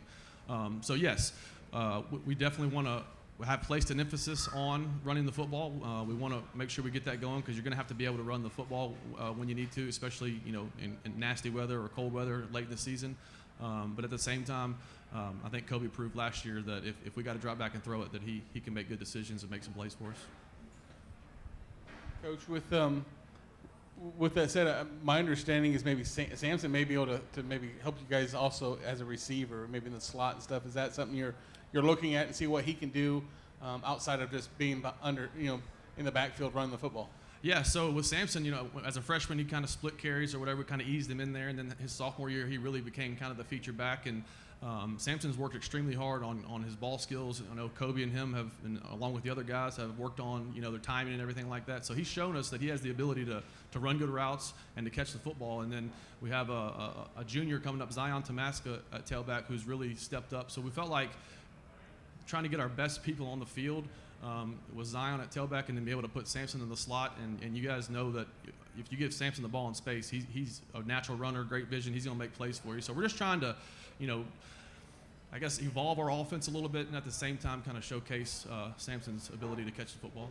Players have been trying to ask each team, who's the best player you guys played against last year and why? So last year, when we look at who you played last year, who's the best opponent you went against? What individual player did you say, man, that was a really good player? Start with you, Kobe. Best opponent? Yeah, best opposing player. The teams. Probably Paige, Jake McNamara. He was he's a very talented quarterback. Obviously, he made some tough plays, running a lot the pocket and stuff like that. Yeah, he's probably by far the best player he probably played this past season. So I would agree with that. I would agree. Jake McNamara, he was a natural athlete. He was a great quarterback. Going against him on defense and just seeing how he performed, he was an athlete, and he definitely is good enough to play at the college level. But yeah, him and Ronan O'Connell, DN for Paige, which I grew up with, big kid. They were both killers at Paige. Coach, Thursday Night Lights is a big topic with over 200 games being moved. What's your thoughts on this, and are you okay with it, knowing why you're doing it, or if so, if not, what do you have to do to kind of erase the Thursday night games? Yeah, I think I'm okay with it, because if we don't move those games with the official shortage, then we're not going to have a game to play, right? So it is kind of an inconvenience, I guess, for coaches. Most coaches are creatures of habit, like to stay in a routine. And when you play a Thursday night game, your weekly routine kind of gets bumped up a little bit and kind of can throw things out of whack for you. But so it's an inconvenience in that regard. But again, I'm okay with it because of the situation with officials and trying to find officials to officiate. I know that's a challenge for the TSSAA. So overall, I'm okay with it. Coach, Scott Burton, 615 Preps. Looking at your roster, you have quite a stable wide receiver, defensive backs, and offensive line, defensive line. What has the competition been like at those positions during the offseason? It's been really good. It's probably as good as it's been at our place since we've been there. Like you mentioned, a lot of talent at wide receiver. A lot of those guys play on the defensive side of the ball too. So those guys kind of compete in practice, push each other to get better. And the same thing with the offensive and defensive line. They've been competing, and we try to have some competitive periods in each practice just to kind of get that fastball look and to get that competition. And those guys have pushed each other to get better. So I think it's been good for us. Well, you've got a very explosive offensive team, but Nick, looking at on the defensive side of the ball, what have you guys been doing on the defensive side of the ball to improve this year? A lot of, like Coach said, a lot of competitive periods. Being a tight end, I'm a second string inside linebacker, but I started tight end. I've noticed a lot of our defense just growing that bond together as a defense, that aggressiveness. And overall, I think the competitive periods do a lot for us as a team, and they just help build that competitive aspect that we need as a team. And I'll say this, on the defensive side of the ball, last year, really our whole football team overall, we were young, man. I think we started 4 sophomores on either side of the ball, and then had another sophomore that had to play. And even those juniors that had to step up last year, that was really their first time getting the Friday night experience. So last year we were kind of a work in progress and battled through some things early on in the season. And then when we found our stride, though, down the stretch, I felt like we were playing our best football. So I think in the moment, when you're young and you're inexperienced and you struggle at times, it's tough. But hopefully this year, all those struggles and all that experience can pay off for us. Charlie from Williamson homepage. This question is for Nick, Kobe, and of course Coach Derek. Your team lost in the playoffs to region rival Paige. How's that loss motivated your team? It motivated us a lot. It sucked losing to Paige, especially twice. We had them, especially the second game was a closer game. It really it hurt us a lot, because we were kind of like right there. But it motivated us going into off season. We know what to expect now. We just know that we just gotta not take those practice for granted, because only guaranteed 10 games, and so just go out and enjoy every single practice. But just practice to get better, get 1% better each practice. So it motivates a lot. So I think adding on to what Kobe said, overall it hurt losing, because we were so close. But I also believe that it was a motivating factor, and it taught us as a team, it helped us grow. It may have been a growing pain, but it helped us come together and work in this off season. Yeah, I think that especially the second game in the playoffs, I think it just showed us how close we were. And what we need to do in order to kind of get over the hump. I think that game, and really that game in particular, but our whole season last year, I think that's really pushed our team in the off season. It's pushed our team to understand what it takes, to get to where we want to be. And they've been working that way all the way, like I mentioned, since winter workouts, spring practice, summer workouts, and now fall camp. So I think that game definitely motivated our football team. And my next question is for Kobe. Kobe, last year was your first season as starting quarterback. What did you learn in that season, without obviously giving away offensive secrets, that you're hoping to bring into your second year at quarterback? I don't know. Just be consistent, honestly. I learned just that being consistent. I was kind of inconsistent a little bit throughout some games, and that's what I've been trying to strive for more, is to be more consistent and to help my team, and also just to run the ball too more, because that kind of hurt us a little bit. So a lot of teams knew what I can do to passing. So I think just adding some run game in there, I feel like a lot of teams are not going to expect that, and I feel like I can do that. So. Hey, Coach. A lot of Brad DeShield with Dash to Sports. I cover Independence athletics, so I don't get to see you guys a lot. I do read about you when we're not playing, and I can see a game or get over. I try to do that. But how do you approach I was looking at your non-conference schedule. Obviously, your conference is got some good players, good teams in it. You open up against BGA, right? Kind of like us open up against CPA. It's a private school, but they're very well coached, and they play good football. Do you approach your non-conference schedule more as a, hey, let's build our confidence, let's win, or is it you want to just play tough competition so you can get better, so that when you hit your region games, you're ready to go, so to speak? Yeah, I think that's a great question, by the way. But I think that there's kind of a fine line there. I think last year we played what I would say is a really challenging schedule, especially non-region, and we started off 0-2. In the previous years, we started off 2-0, and so confidence is a big thing. At the same time, you want to play good competition, so you prepare yourself down the road. Our goal is always to make the playoffs. So if you get in the playoffs, you want to be prepared, right? So I think scheduling is a challenge it's a challenge to find games, one, but it's also a challenge in, I don't think, for me, I don't want to have too challenging of a non-region schedule, but at the same time, I don't want to have a bunch of cupcakes either. I want our kids to be challenged. So, to answer your question, I guess is finding that balance would be my answer to that. Yeah, and sometimes it's, when I was talking with Coach Blade, it would be like, who wants to play you? Sometimes it's hard getting a game. Like, I need a Friday night, the third week of October. Yeah. Well, you've got three choices, and maybe all three of them are not your level, or maybe they're over your level, so you kind of have to pick and choose, so to speak. Yeah, and I think for us, and let's be honest, we had some success in the previous 2 years going to back-to-back state semis, and that scares some people off, but so after last season, maybe we'll have some more people knocking at our door this next go-around. All right, Kobe and Nick, you guys are now seniors, which means you take over the senior mantle. You take over the leadership roles of your team. What do you want to bring to the team on the field and in the locker room that you feel like as a senior, hey, this is what my contribution is going to be this year?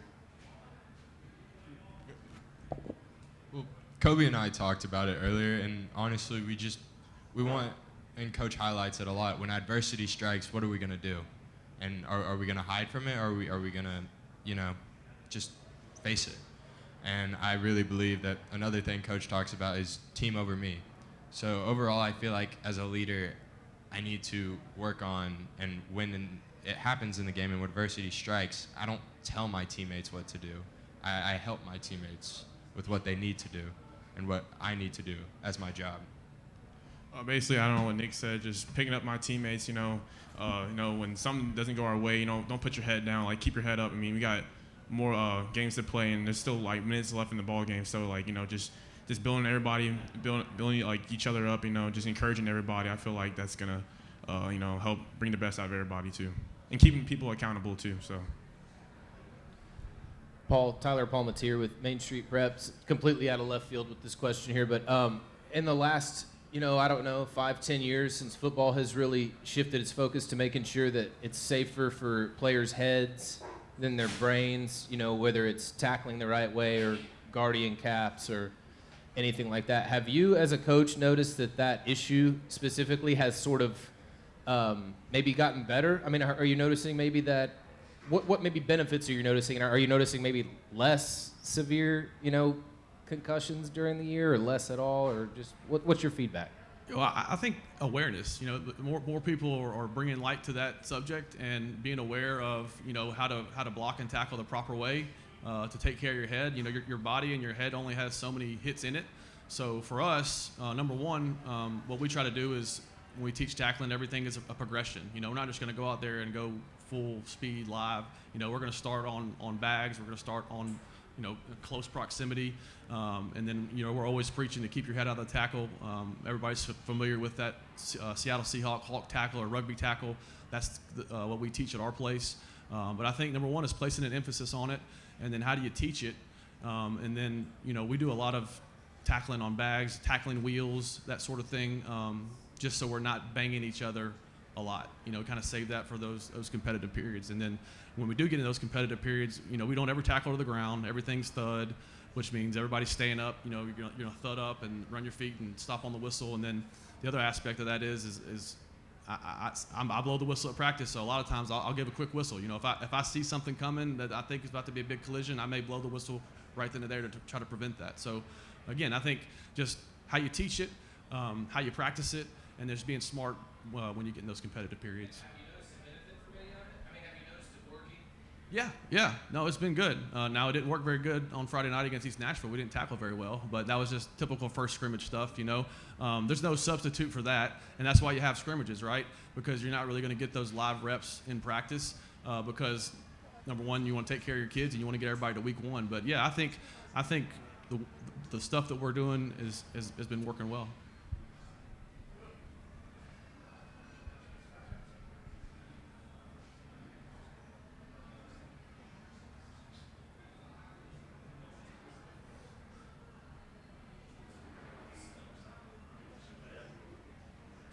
Everybody good? Thank you. All right, thank you guys. Go Knights. Appreciate it, guys. Thank you, Coach. Y'all get you some food now. Thank you to Coach Derek and Nolensville High School. Next up, we have Ravenwood High School. Coach Will Hester. Ravenwood will come on up to the stage.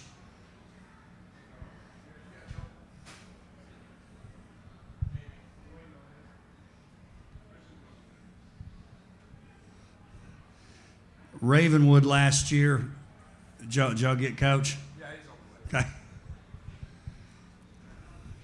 We're going to let Coach sit in the middle here, Chris. So Ravenwood last year, 10-3, made it all the way to the state quarterfinals, lost to Summit High School, as has been well documented. Summit High School all the way to the state championship game, finishes runner-up to Oakland.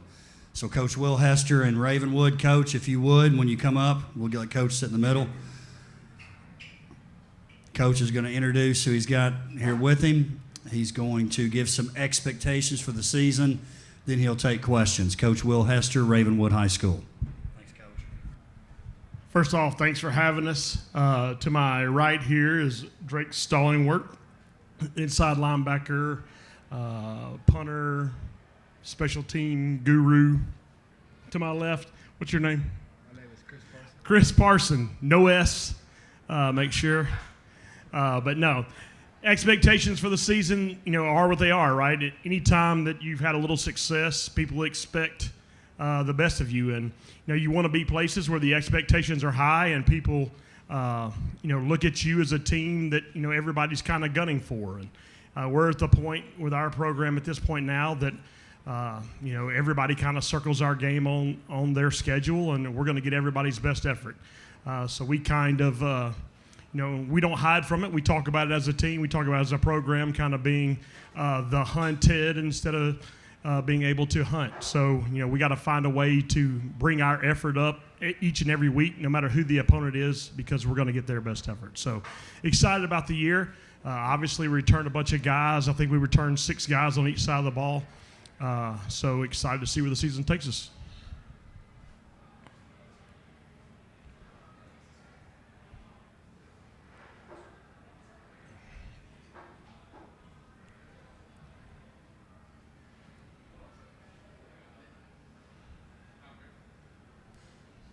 Tom Krager with the Tennessean. Players been asking all players. Tell me, what opponent? Who was the toughest opponent you guys played last year? As far as opponent is opposing player, what opposing player? Best opposing player you went with? So, I personally would say Summit, because what player from Summit? Both of the brothers. I can't choose one. They were both just so dominant, and it was really hard for our defense to be able to adjust to their run game. They just got so much yardage just from running the ball, and it was just not much we could do. Chris, opposing player that was the toughest for you? Yeah, for me, I would have to go with Keaton Wade. Very talented player. Gave us some issues last year. So, as far as, taking control of the game, being dominant, things like that, I would have to go with Keaton Wade from Summit. Coach, how is this offense different in year 2 with Chris a year, an extra year there, and you in your second year as well? How is this offense going to be different? I think each and every year you kind of build around the talent and the group that you have, right? Obviously Chris in the second year, a little more, I guess, progressed as far as being able to coach all, 11 positions on the field. We heard him the other night, working with the offensive line on what they were seeing and discussing those things. And so he, where he is at mentally from what we're trying to do from an offensive scheme standpoint and his understanding of that, is probably, 2 or 3 times what it was at this point last year. Excited about, having a bunch of guys, right? Last year when we needed to make a play, people expected Lee Millette to make it or expected Chris to make it.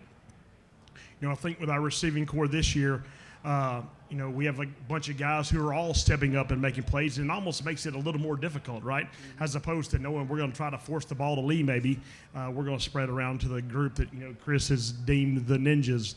So, and we return both running backs, so we're excited about where the offense is going to go. Chris, Coach was telling me, you pretty much every play, where every person on the field, what their duty is on that play.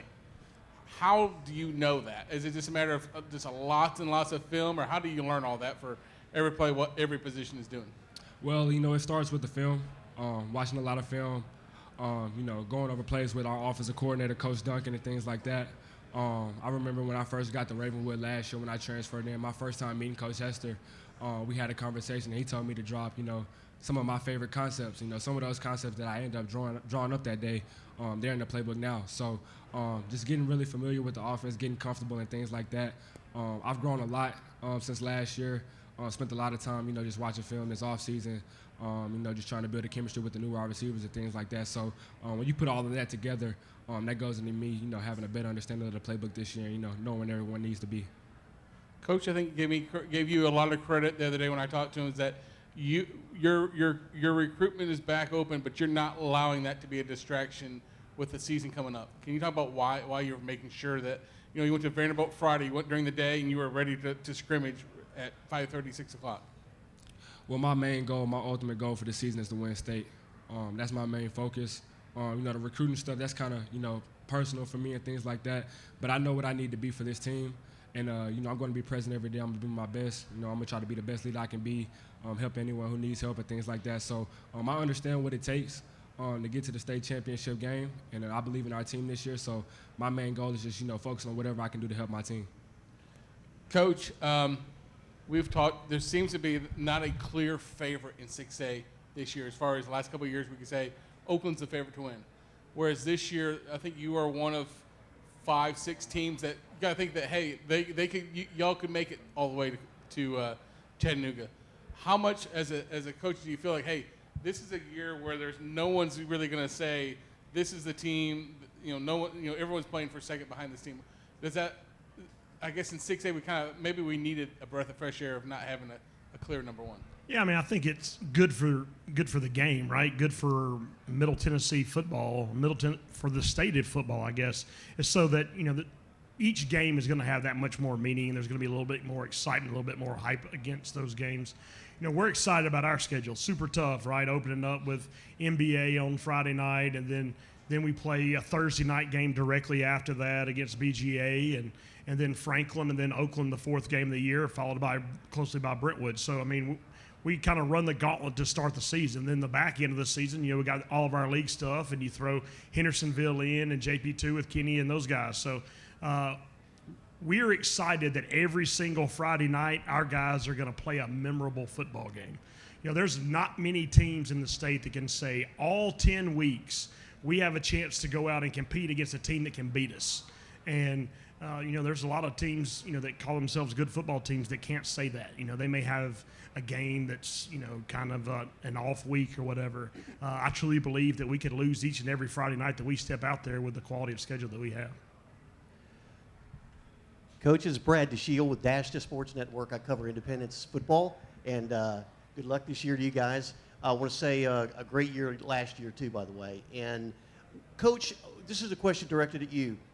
What do you're very successful. You've had successful runs just about everywhere you've went. You have a way of getting your players to perform for you.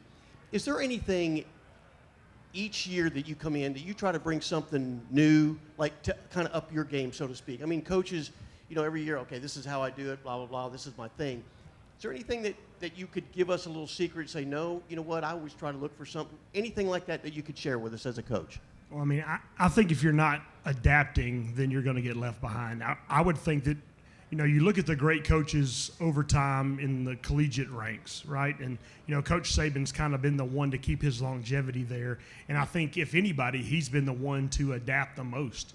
If you look at what, he had one of the greatest strength programs in the country with what he was doing with Scott Cochran, but then he found a way to make it better by looking at the analytics, looking at the data, and kind of now differentiating his strength program by athlete and by the things that they're trying to get on the field. A lot of coaches, you kind of get stuck in the mold of, hey, that's worked for me, I'm going to kind of leave it at that. But I think if you're going to, make a career out of this, if you're going to do it for the long haul, then you've got to constantly be studying and kind of look to do, whatever you can to learn the newest and greatest things out there and challenge yourself.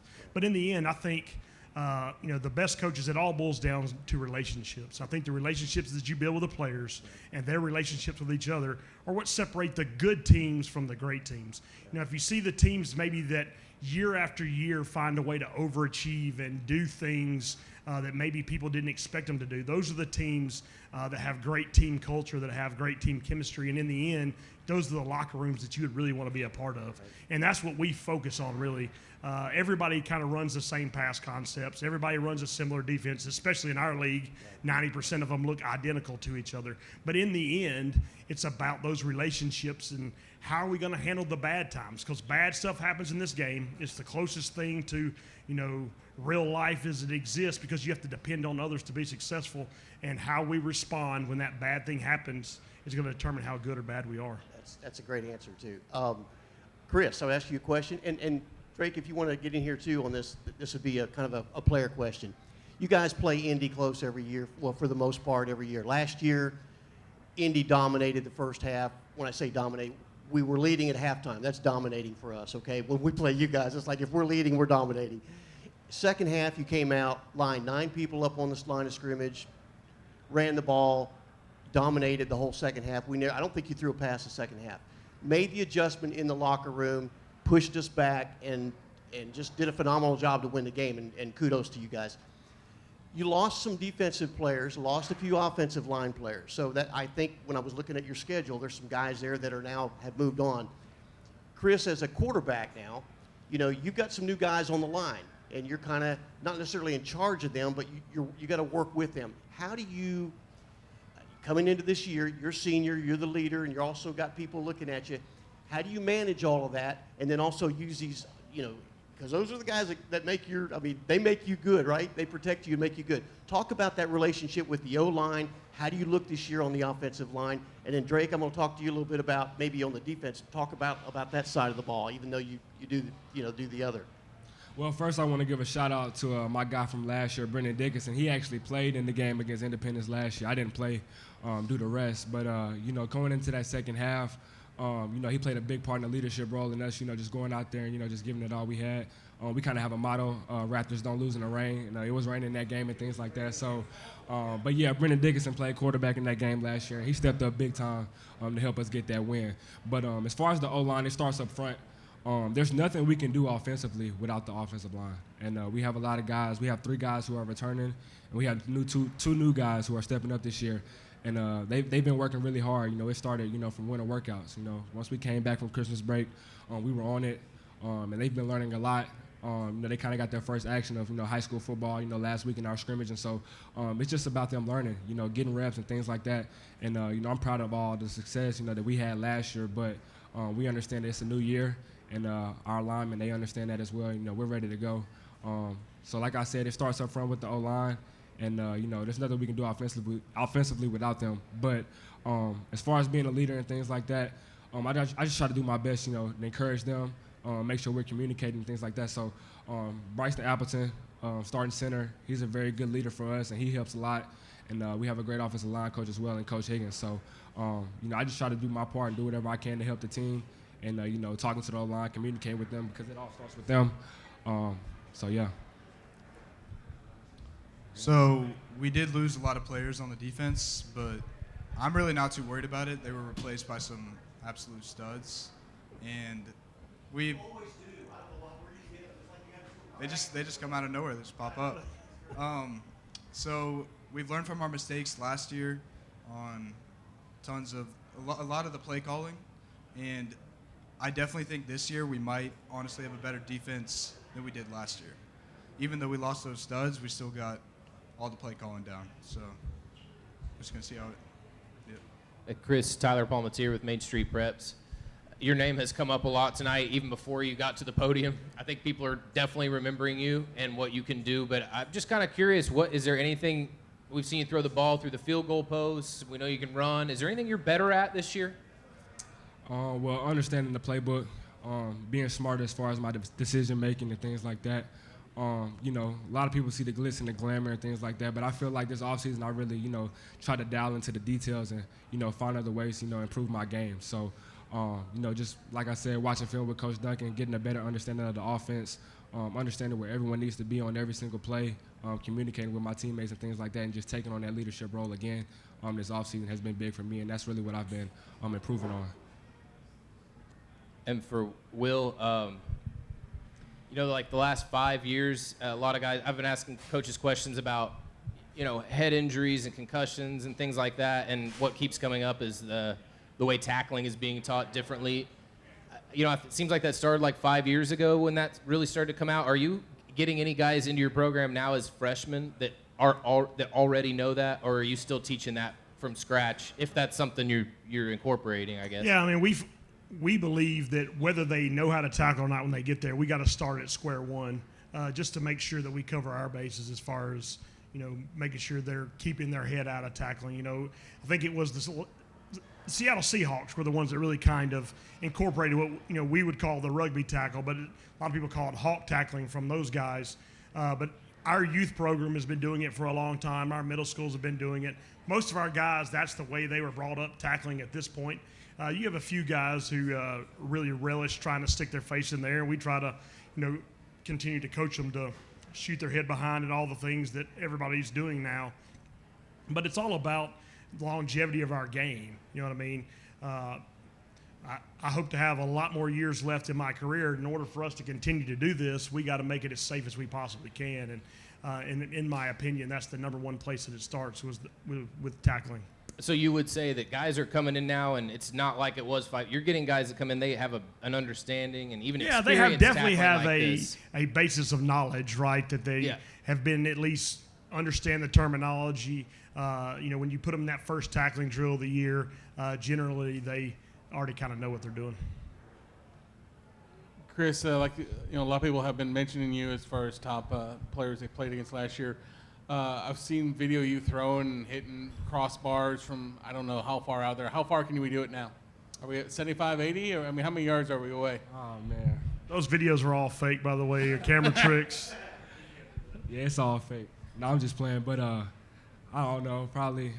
I've thrown from 75 before. I threw it 75 yards my freshman year. It's not really an opportunity that I'll have in a game where I'll get to throw a ball 75 yards unless it's like a Hail Mary or something. So it's all good for social media, but I'm more into the real football stuff now. So how does that come a thing when you say, hey, can I throw it 50 yards and hit the crossbar? How does that conversation start when that whole thing originated? Well, it kind of started back in the pandemic whenever I was training back in Dallas, Texas. We used to work out, and then we'll have competition with whoever the quarterbacks were that I was working out with that day. And we used to 3-step drop, move in the pocket, and try to hit the crossbar from like 30 yards out. So I kind of worked it for a long time during the pandemic, and now just kind of just having fun, making the game fun. I just scoot back a little bit and just let it fly. And is it the crossbar you're trying to hit or the uprights? Is it the crossbar? It depends. I try to challenge myself. Sometimes I hit the crossbar. Sometimes I aim for the upright. So it kind of depends on, sometimes in practice we'll have a receiver and he'll be like, I bet you won't hit the crossbar. Bet you won't hit the left upright. And I'll be like, all right, cool. And I'll just see what I got. But, it's all, all about having fun, making the game fun. So. And, Coach, you're hitting it from about 50 yards out. Is that what I hear? Me? Yeah. Oh, absolutely, 100%. Yeah.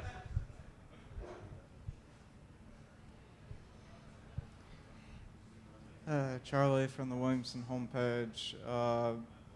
Coach Hester, you've proven as a coach you're versatile now with winning a championship at Ravenwood in tackle football, obviously a championship now in flag football. I guess in a way that makes you the Vince Lombardi of Williamson County right now. But obviously the real question for you and your players, Ravenwood has high expectations for where they want to go in tackle football. How did the loss to Summit, a region rival, motivate your team? Yeah, absolutely. Anytime you end the season with a bad taste in your mouth, right, it's going to motivate you. There's only one 6A team last year that won their last game that made the playoffs, right? There's only one team that did that. So obviously everybody's a little bit salty about how the season finished for them. Our guys, kind of use that as motivation throughout the offseason. We made a point not to let them forget it. But in the end, each and every year is a different year, and you have different leaders, different role players on the team, and you've got to take every year, as its own. And, these guys are focused on the goals that they have for this season. A lot of people sitting in this room have high expectations for us as well. So for us to speak about the things that people expect us to do, we believe that in order to be about it, you can't be afraid to talk about it, right? And so we definitely want to be about being as good as we possibly can. And, there are days that we're not as good as we possibly can be, and I make a point to remind these guys of that. So we got to try to find a way to be our best version of us every day. And then my next question is for Chris Parson. Chris, you competed in the Elite 11 camp. That's normally where what's considered the best of the best at quarterback compete. How has being at that camp helped you for your senior season and obviously for your college future? It was awesome. It was a great opportunity. Extremely thankful that I got the chance to, go out to LA and compete with some of the best quarterbacks in the nation. I learned a lot being down there in California. My mentor for that week was Jordan Palmer, Bryce Young, and C.J. Stroud. So it was a great chance for me to, learn from those guys, and I don't take that lightly.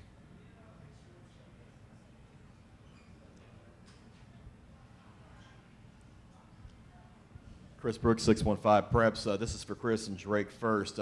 Oakland's on the schedule this year.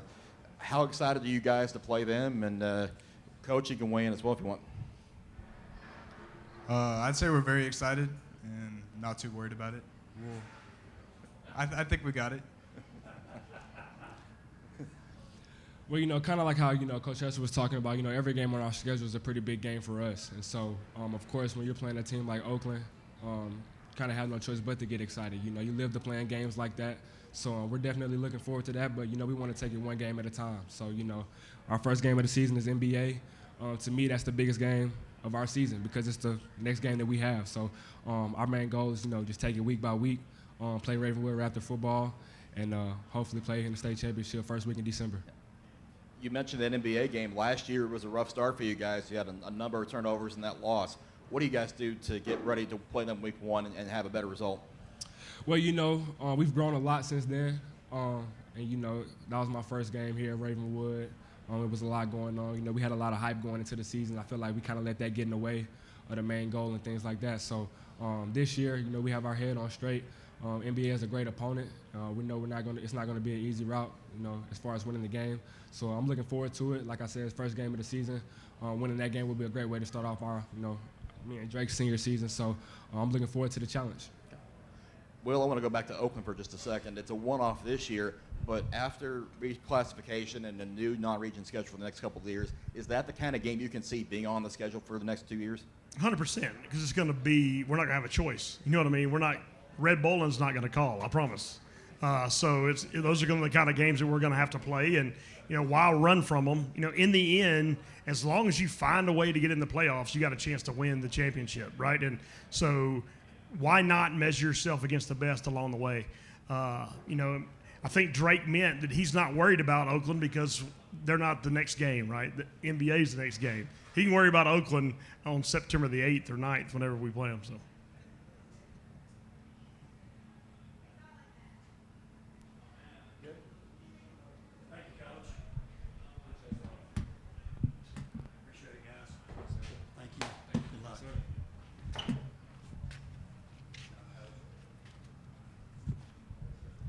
Thank you to Coach Hester and Ravenwood. Last but not least, we have coming up Summit High School, Coach Brian Coleman. As everyone knows, the past 2 years were pretty darn special for Summit High School. State runner-up in their first year in 6A last year. We'll have Coach sit in the middle here. And then the previous year, state champion there in 5A. Coach got a new team this year in a lot of ways. A lot of young men graduated last year, so it's going to be a different look for Summit High School. Coach, if you would, to start us off here, introduce who you have with us, talk about your expectations for the season, then we'll take questions for the media. Brian Coleman, Summit High School. Thanks, Coach. I have with me today Aiden Bird, returning starter on defense. Also going to see a lot of action on offense this year. And Brady Hendricks to my right, returner on defense also. Also going to see a lot of action on offense this year. Two great young men, just great representations of our program here at Summit High School, just the type of young man we want to have in our program.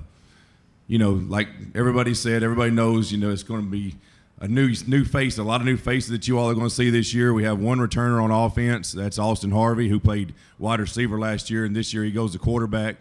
Defensively, we have, three returners, these two young men, and Finley Jamison at middle linebacker. So, like I said, a lot of new faces, a lot of young men working hard and eager to get this shot. They've seen what success looks like. They know the blood, sweat, and tears it takes to get there. So now it's their opportunity, and I think they're eager to have that shot, and they'll get it in a good region, a very, very good region against a lot of quality opponents and a tough schedule at that. So, we're just excited to see these guys and see how they step up to the plate and see how they do, see how they handle the pressure.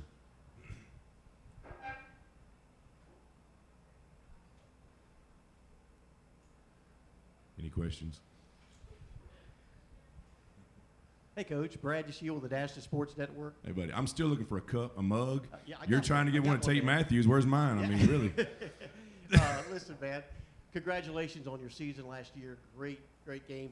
I was looking down your roster this year, and I didn't see any freshmen by the last name of Wade or anything like that. How do you, as a coach, how do you take, you've had a good run with some great athletes, and you had a great senior leadership last year all the way across the board. The Wades were good, but I could go down 2 or 3, 4 other guys that were a big contribution on that football team. Yes, sir. As a head coach, again, I think one of the other coaches earlier, there's not a high school portal. There's not anywhere you can go to recruit this guy or whatever. It's you kind of get whatever comes in the hallways in the locker room, and you look and see what you got. You've got some guys playing on offense this year that are defensive players. How do you know what to do and where to put these guys in position? And when you're coming off a big season like that, how hard is it for you as a coach? Do you put more pressure on yourself, or you just say, look, here's what I got. Let's start from scratch. Let's go again. Talk about that just a little bit. Well, I believe even last year during the season, these guys were prepping and coaches were prepping for the next season. You've got these underclassmen, and you kind of know, where these guys are going to have to fit in the program. And as far as the playing time, we want to put the best 11 on the field, but then again, we don't want to wear them out too much. So, at certain points of a ball game, there's big moments in the game that, you need your best 11 on the field. So, and that usually goes along with the skill guys. We try not to, have the offensive line or the defensive line go both ways. But, if you're a good skill guy and you're needed and they practice both ways, so they get in shape and they know mentally that they can handle that. That's a lot in their heads. So, and we physically get them, in shape to get them that way. So, I guess to answer your question, it's like I said, just the best 11 on the field, and they'll prepare themselves for it. Now, and you talk about the senior class before, and I mentioned in the beginning, these guys have seen those guys. 45 games in 3 years. Right. So they practiced a lot. They've practiced against. They've been the scout team guys, some of them, and have practiced against our first group. So they know what it takes and the weekly preparations for each game. Aiden and Brady, let you answer these questions. What do you, as a senior, want to bring to the field this year and to the locker room? What is you're the senior. You're now the guy. You're now the Destin Wade. You're the guys that the coach is looking for to. That's why you're here, obviously. So, what do you want to bring to the field? What do you want to bring to the locker room this year as a senior leader? I think the main thing that we want to bring is energy and kind of a fire, and bring that to both the field and the locker room. As a team, I think we have a good replacement of senior leadership between. We have a few returning starters and everything, but I think everybody's filling those shoes very well. And we just want to play hard and play with a fire that nobody else has. Yes, we just want to fill the senior leadership from last year, and like you said, the few returning starters. We just want to continue the energy that we had last year, and continue that fight that we had, and the passion that we had with the team. Hey guys, Charles with the Herald. First off, for you guys kind of continuing on here, if you guys could talk a little bit about the challenge and the focus in terms of just what it means to come in here. I mean, Coach talks about how you guys know what it takes because you've seen it the last 3 years, but what's your focus and how is it as a team leader? For me, I think the biggest challenge is, coming up in this program, we've always had those big roles to look up to and, to figure things out from. And now that those people are gone, we have to be those people who we haven't had to be before. So I think that's the biggest challenge for me personally, and I think for the rest of our team as well. Just, filling those shoes and being the person to look up to. Yeah, for me, it's filling the shoes from like the seniors last year, and also continue what they had last year with the big like senior leadership again, and just focus on the one goal, which is state championship again, and just play together as a team. And Coach, I expected a little more of a tan here, first off, but congratulations to you two, of course. Thank but you. A different kind of ring, huh? Thinking of this team, I mean, introduce us to some of these guys that we're going to be seeing. Some of the names we know. Obviously, we got these two guys here too, but who else should we be watching for on both sides of the ball? Colton Worth has been a big contributor, offensive line. He played guard, and he may be have to go both ways and play defensive line also. I mentioned Finley Jamison. Cal Holland, tight end, probably some middle linebacker backing up Cal as Callan, Carl, anything like that.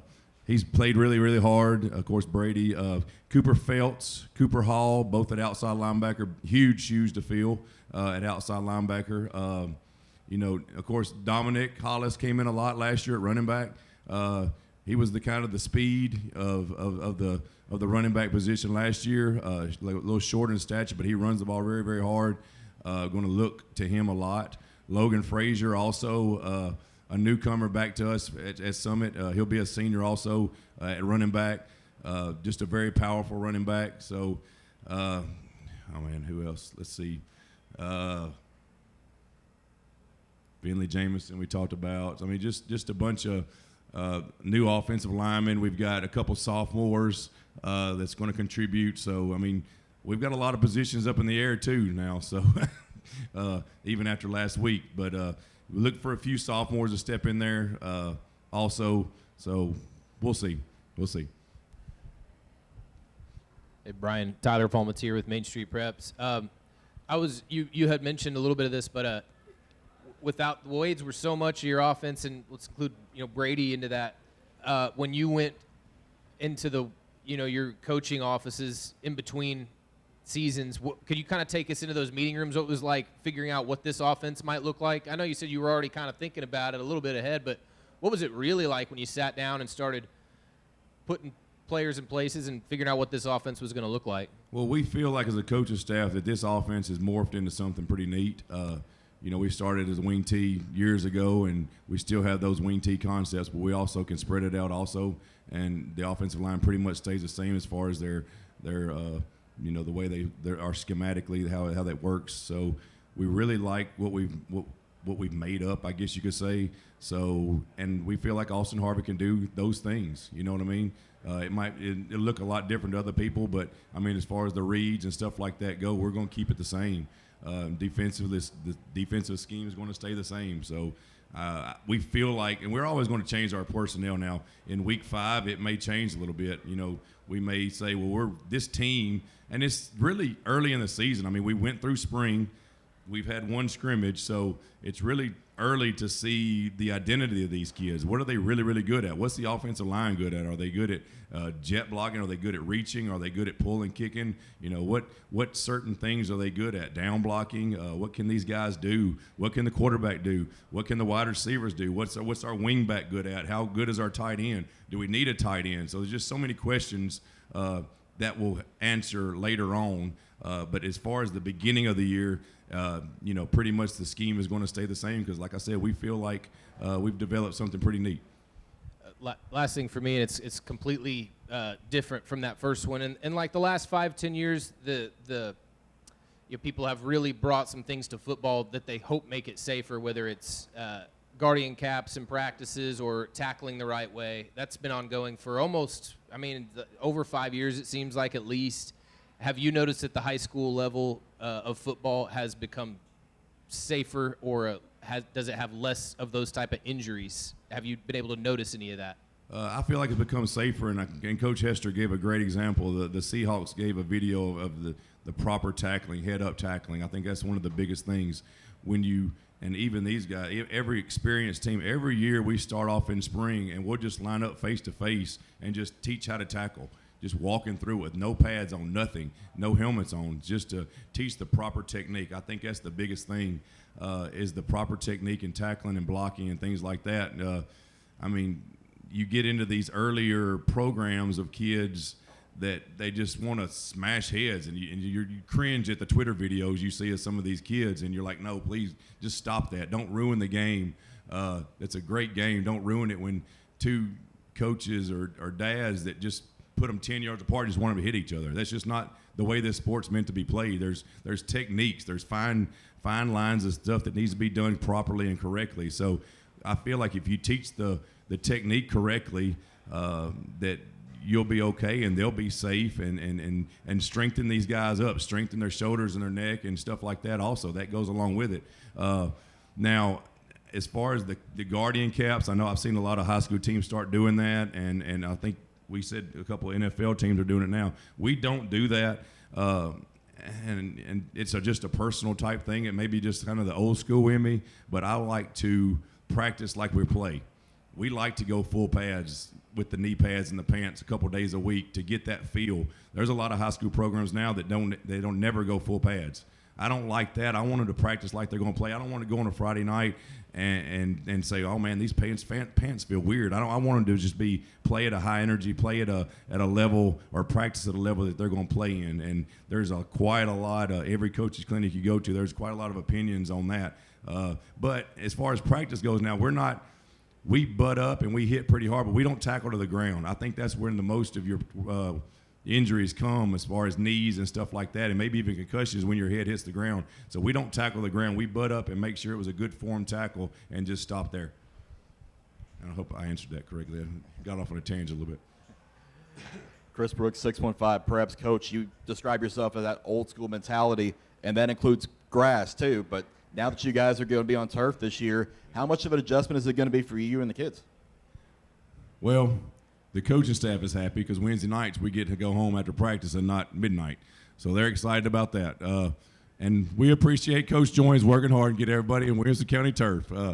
But, yeah, we like the grass. We took pride in the grass because we were a little bit different last year, and we took pride in that field and the grass and the playing surface that was there. But now now we get to practice on it, so they'll get used to it just because they'll practice on it all the time. And I guess, 8 out of 10 of your opponents nowadays have turf, so you'll get used to it. We'll adapt to it. No more painting, no more mowing, anything like that. And my wife now, I should say, will be happy that I come home in a decent hour because I don't have to mow after practice or something like that. So it's saving a lot of things. So we're excited about it. It's going to look beautiful. We're happy about it. Hopefully it'll get done. Coach joins in a couple weeks so we can actually practice on it before we play on it, and we'll get to play at home. That's a jab. It will be ready. It'll be ready, I think. I hope so. So we're excited about it. That's why I'll stop with that. Now, you had a big schedule last year with 5 straight home games. It flips this year, and you've got 5 straight on the road for when an open date. And if my math's right, it's 49 days between home games. Is that going to be difficult on the kids, or you guys have a way to prepare for that? I think it's all about what you get used to. Maybe an advantage to us. We're getting used to getting on a bus for those weeks, and we know the trend, we know the opportunity, we know that, okay, at this time we go eat, at this time we tape, at this time we go get on the bus. And I think, it's all about what these kids get used to, and maybe we'll use it to our advantage. They do get a young team. They do get 3 home games in a row, so we feel that's an advantage also, especially being on the new turf. Charlie, Williamson homepage. This question is for your players and also yourself. Last year for you guys was special, making it to the state championship game in your first season of 6A. How special was that season, and what are you hoping to build off on, obviously, this season? This last season was very special. obviously, like, it was our third time going to state championship in a row, and going up to 6A was a big jump, and everybody was like saying that we couldn't do it and everything, and then just proving everybody wrong was just like awesome. And then I say we carry it over by just that same senior leadership and just carry that same energy over. Yeah, it was obviously very special going back to back, I guess, state championships. And I think I agree everything that Brady just said, but one more thing was I think it gives us, some energy going forward and kind of maybe like a little bit of redemption kind of hoping to come this season. So. I feel like these guys, they feel like they have a lot to prove. We just need the experience aspect of it all. So, we had our scrimmage last Friday, and that was the first time a lot of these guys have played, in a meaningful football game. A lot of them have came. Their last game that they played was a freshman game on a Monday night. So then they get to go play against a good Riverdale team. So, the big eyes were there definitely last week. So, and it's just they need to get better. And some of the guys just played a JV schedule last year. So, they need to get used to the speed of the game. So, it's going to take them a little while to get used to it. We've got a couple scrimmages, and we'll inter-squad a little bit. So, it's a younger team that we need experience. We need to see what this team is all about. I guess our first goal is that first game. It's Henry County. Let's see what we got in Henry County. Let's take it game by game. Let's get in the playoffs. Top 4 in this 6-team region is quite an accomplishment. The teams that are in this region and the players that are in this region and coaches in this region. So, just a step by step, they just need this experience first.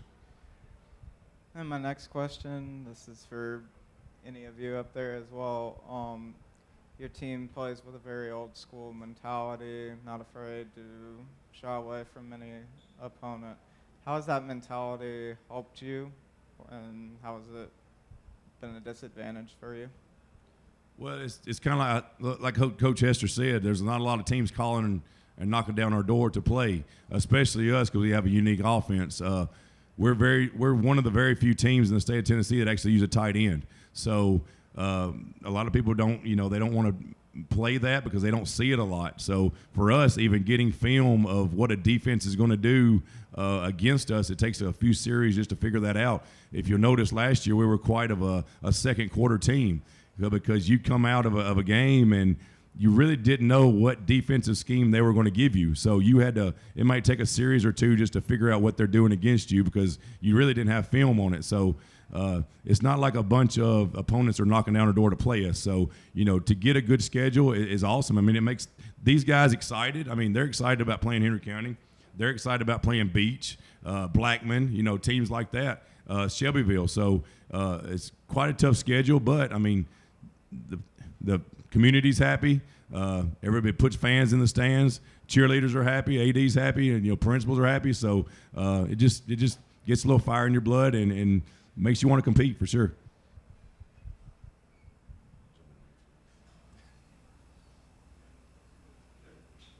Thank you, Coach. Thank you. Appreciate it. Good job. Thank you, guys.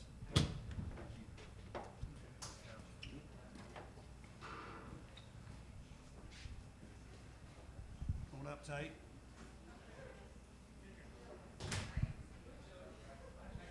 All right, that wraps it up. Tate Matthews, you'll come on up here, Tate.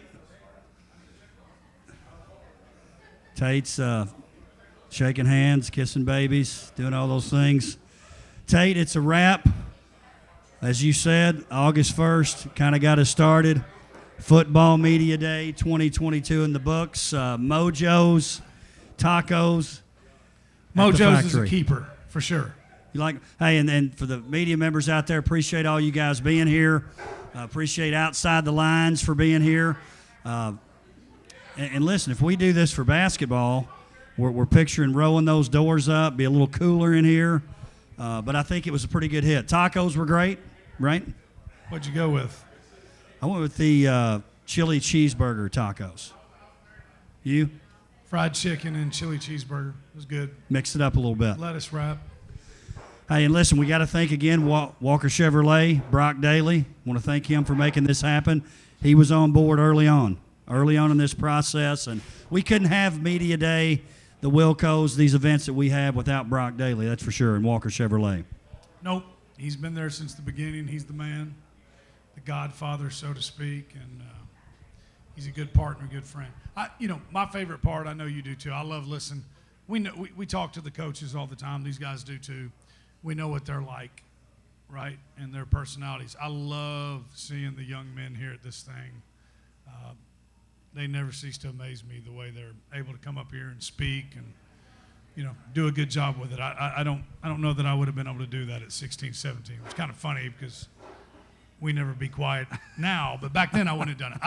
The maturity of them, I think, is really, really impressive, man. Lots of stars. And I love that you're able to showcase this here. Lots of stars. I think last year when it was all said and done, we said a lot of young people doing great jobs, but we gave it kind of to Bryce Sparks.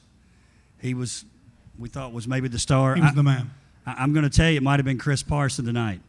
Did a great job, and again, a lot of them do a great job, but it is so impressive to listen to these young men come up here and speak. The young women that spoke at flag football last year. By the way, we're excited to announce we have at Summit High School a signing on Wednesday. Campbellsville University, Eva Seaman out there at Summit High School going to be signing with Campbellsville U. That guy was at all kinds of games, and he got a signee, which I thought was kind of cool. Is that the first? That's the first. That's very cool. So we're excited about that. Basketball Media Day will be coming up. That'll be our next Media Day. We'll have the young men and young women out here. I want to thank Outside the Lines, our student group, for being here tonight. Did a great job starting off. This is their, I guess, second event if you count the Wilco Awards, and we haven't even started school yet. So appreciate, we had 4 of our 7 here tonight, so we do appreciate them as well. Tate, any final thoughts that you want to go back on any of your predictions earlier, or you sticking with it? No, I was confident in them when I made them, and then after kind of pulling some guys aside out there, I feel even better about it. So let's go. Let's let it be decided on the field, and we'll see. I feel pretty good. Well, Tate, again, thank you for being here. Appreciate what you do for us. I want to thank Lance and the folks at WCTV for making this happen. Again, that's a wrap for Football Media Day for Williamson County Schools 2022, live here at Mojo's Taco, the factory at Franklin.